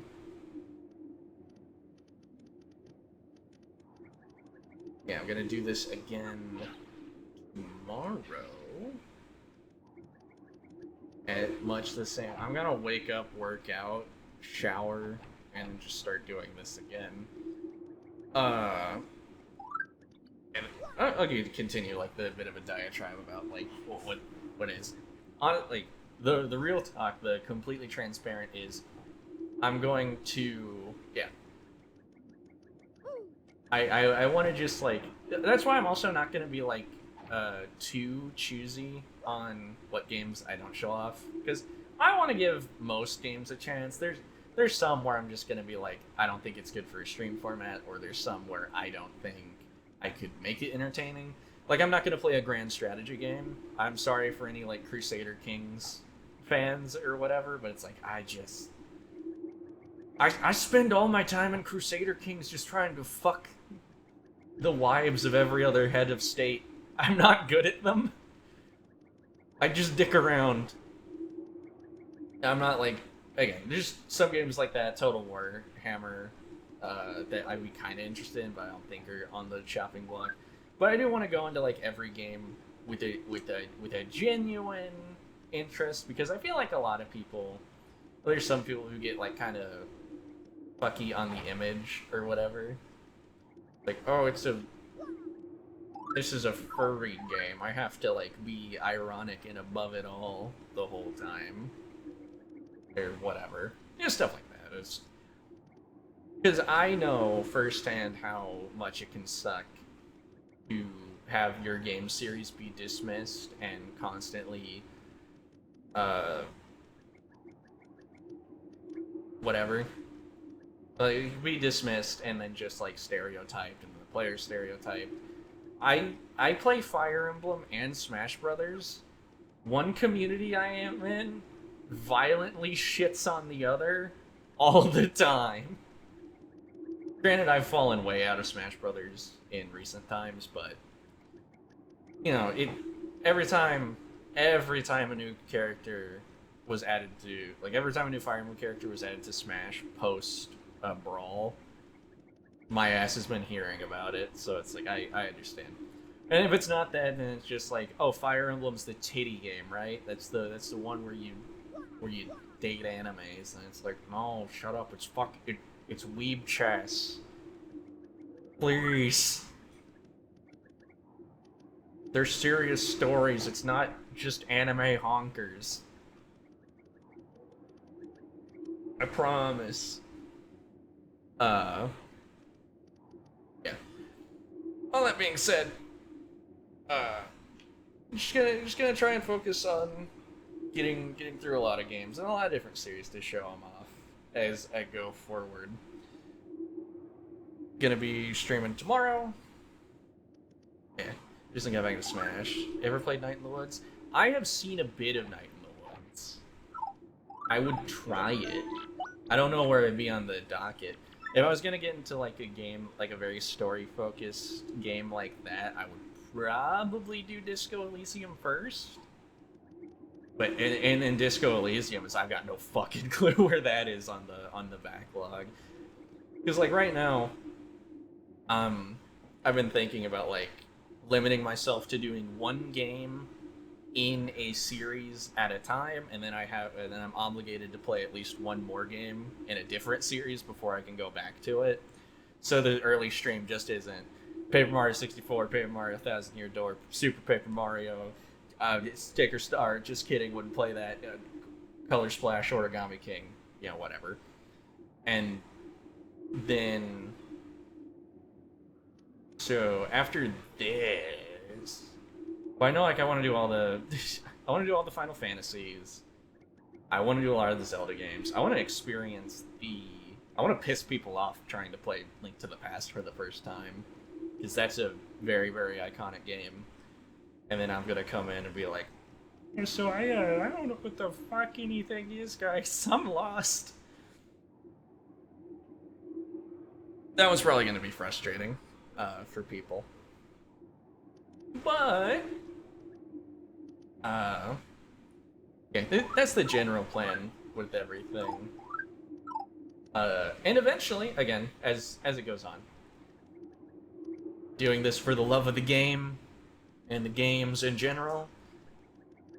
If it becomes like Game Boy or Switch version, Link to the Past.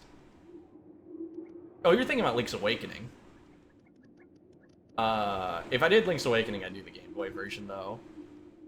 Why aren't you at elf practice ass graphics on the Switch version are kinda weird to me. I think the Game Boy art is just so charming. The sprite work. Oh, what was I gonna say?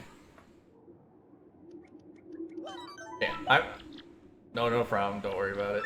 It's just different top-down Zelds. Oh, I forgot the point I was making. Yeah, I'm in it for the love of the game. If this becomes profitable for me, oh hell yeah. Oh hell yeah. But right now I'm just doing it because I like it. Again, I'm always gonna hope that it works out in future, but it's just kind of the mission statement. Again, I feel like the market's kind of oversaturated, but it is what it is. Especially because I'm not doing like, I don't know, I'm not really chasing trends too hard or following the money. I'm not gonna do like a lot of streamer bait games, at least initially. And I would also feel super awkward in my friend group if they're gonna play like, I don't know, if they're playing Repo or whatever, and then I come in and I start touching my fingers together. I'm like, would you drop a donate button? I probably should, but if my buddies were playing in the group or like playing some game as a group, I'd feel weird going in and being like, hey guys, do you mind if I stream so I can monetize the funny? You mind if I use your likenesses? I'll pay an exposure.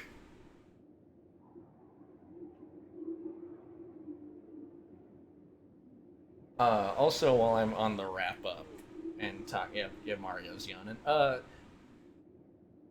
Yeah, Mario, that's how the third viewer feels too. While I'm on the wrap up thing, one thing I also want to do, again, just while I'm getting all the explanations out, when I'm done with the game, I do kind of want to do like a video. Artist died of exposure.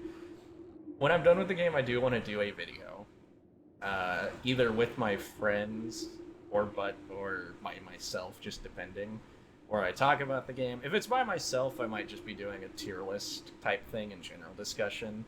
Like, I've been thinking when I'm done with this game, I'm gonna like maybe do a badge tier list stream and a party member tier list stream, whatever, cut it down into a video. But when I have games that mean a lot to my friends, I want to have my friends on so they can talk about it and how it makes them feel and whatever.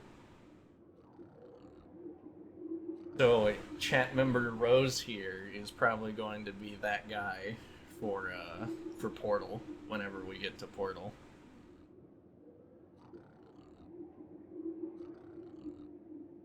Yeah, I got plans. Unfortunately, I also have bills. I have to go to work. I'm gonna look at any closing chat thoughts from friend Rose for like the next 5 minutes. Yeah. Yeah, and that's on a like if they're comfortable. I got a buddy who is so excited for the Souls and the Mother series streams when we get to those. Those are just games he can fucking yap about. And he's really getting into media analysis, which it can be overbearing sometimes, but it's also interesting. I think it just kind of depends on like the mood you're in, the environment or whatever.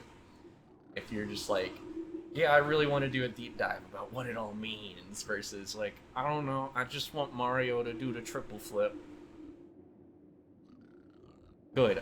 I hope the stream of us talking about Portal is longer than the Portal 1 playthrough. Because that is very possible. I don't know, maybe I'll do Portal next, I don't know. Because I've been thinking about it. I've been putting like maybe Dark Souls 1. I've also been thinking about Darkest Dungeon, but that one's gonna take fucking forever. That one might just be something to do in between games.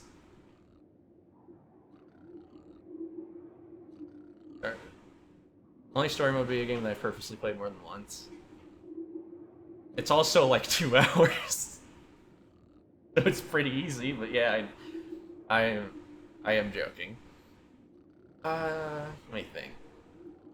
I've played a lot. I've replayed a lot of games, mostly when I was younger, though. I think these days, because I spend so much time playing like either comp games or games with friends, I kind of just hit it and quit it with a lot of single-player games. Like, I loved Expedition 33. I think it was fantastic. Oh, I meant both of them. Okay, both Portals, gotcha. But no, I think Expedition 33 is fantastic. I ain't playing that shit again, like, until it's a stream. It's too long. I'm interested in trying other builds and whatever. I liked the game, but it's just... I don't know.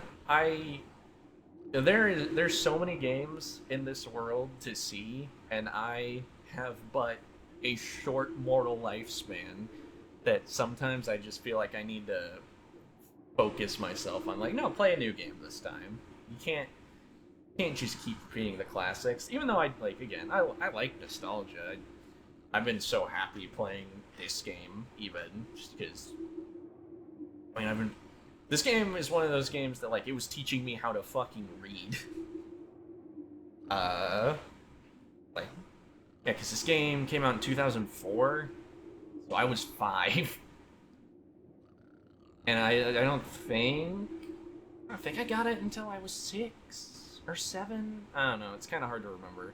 But a lot of the pre-going to school years kind of mesh.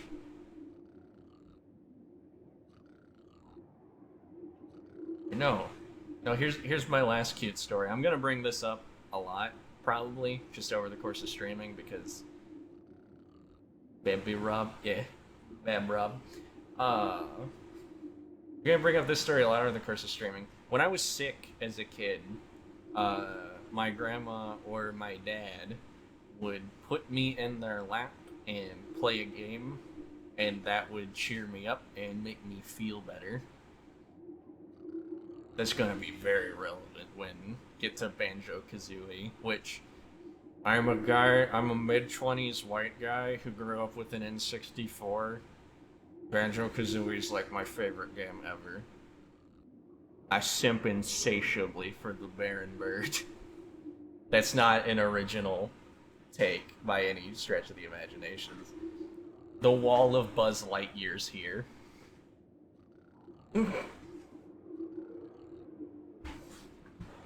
No, other Banjo-Kazooie, like, cute little thing, and again, I'll mention it again when I play that, is, like, I got the cheat codes memorized by heart because my grandma found them on the internet for me and would used to input them because I was, like, again, I was 5 or 4, like, I was really young, so I was shit, so I needed them.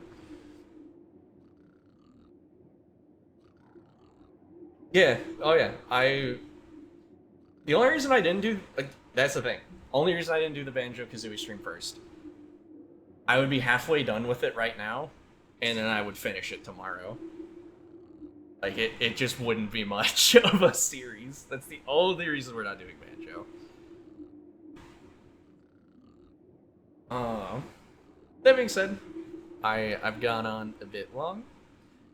The stream's signing off. In next time, which will just be tomorrow, we will fight Hooktail. And probably get most of Chapter 2 done. We will see. But, thanks for anyone Yeah.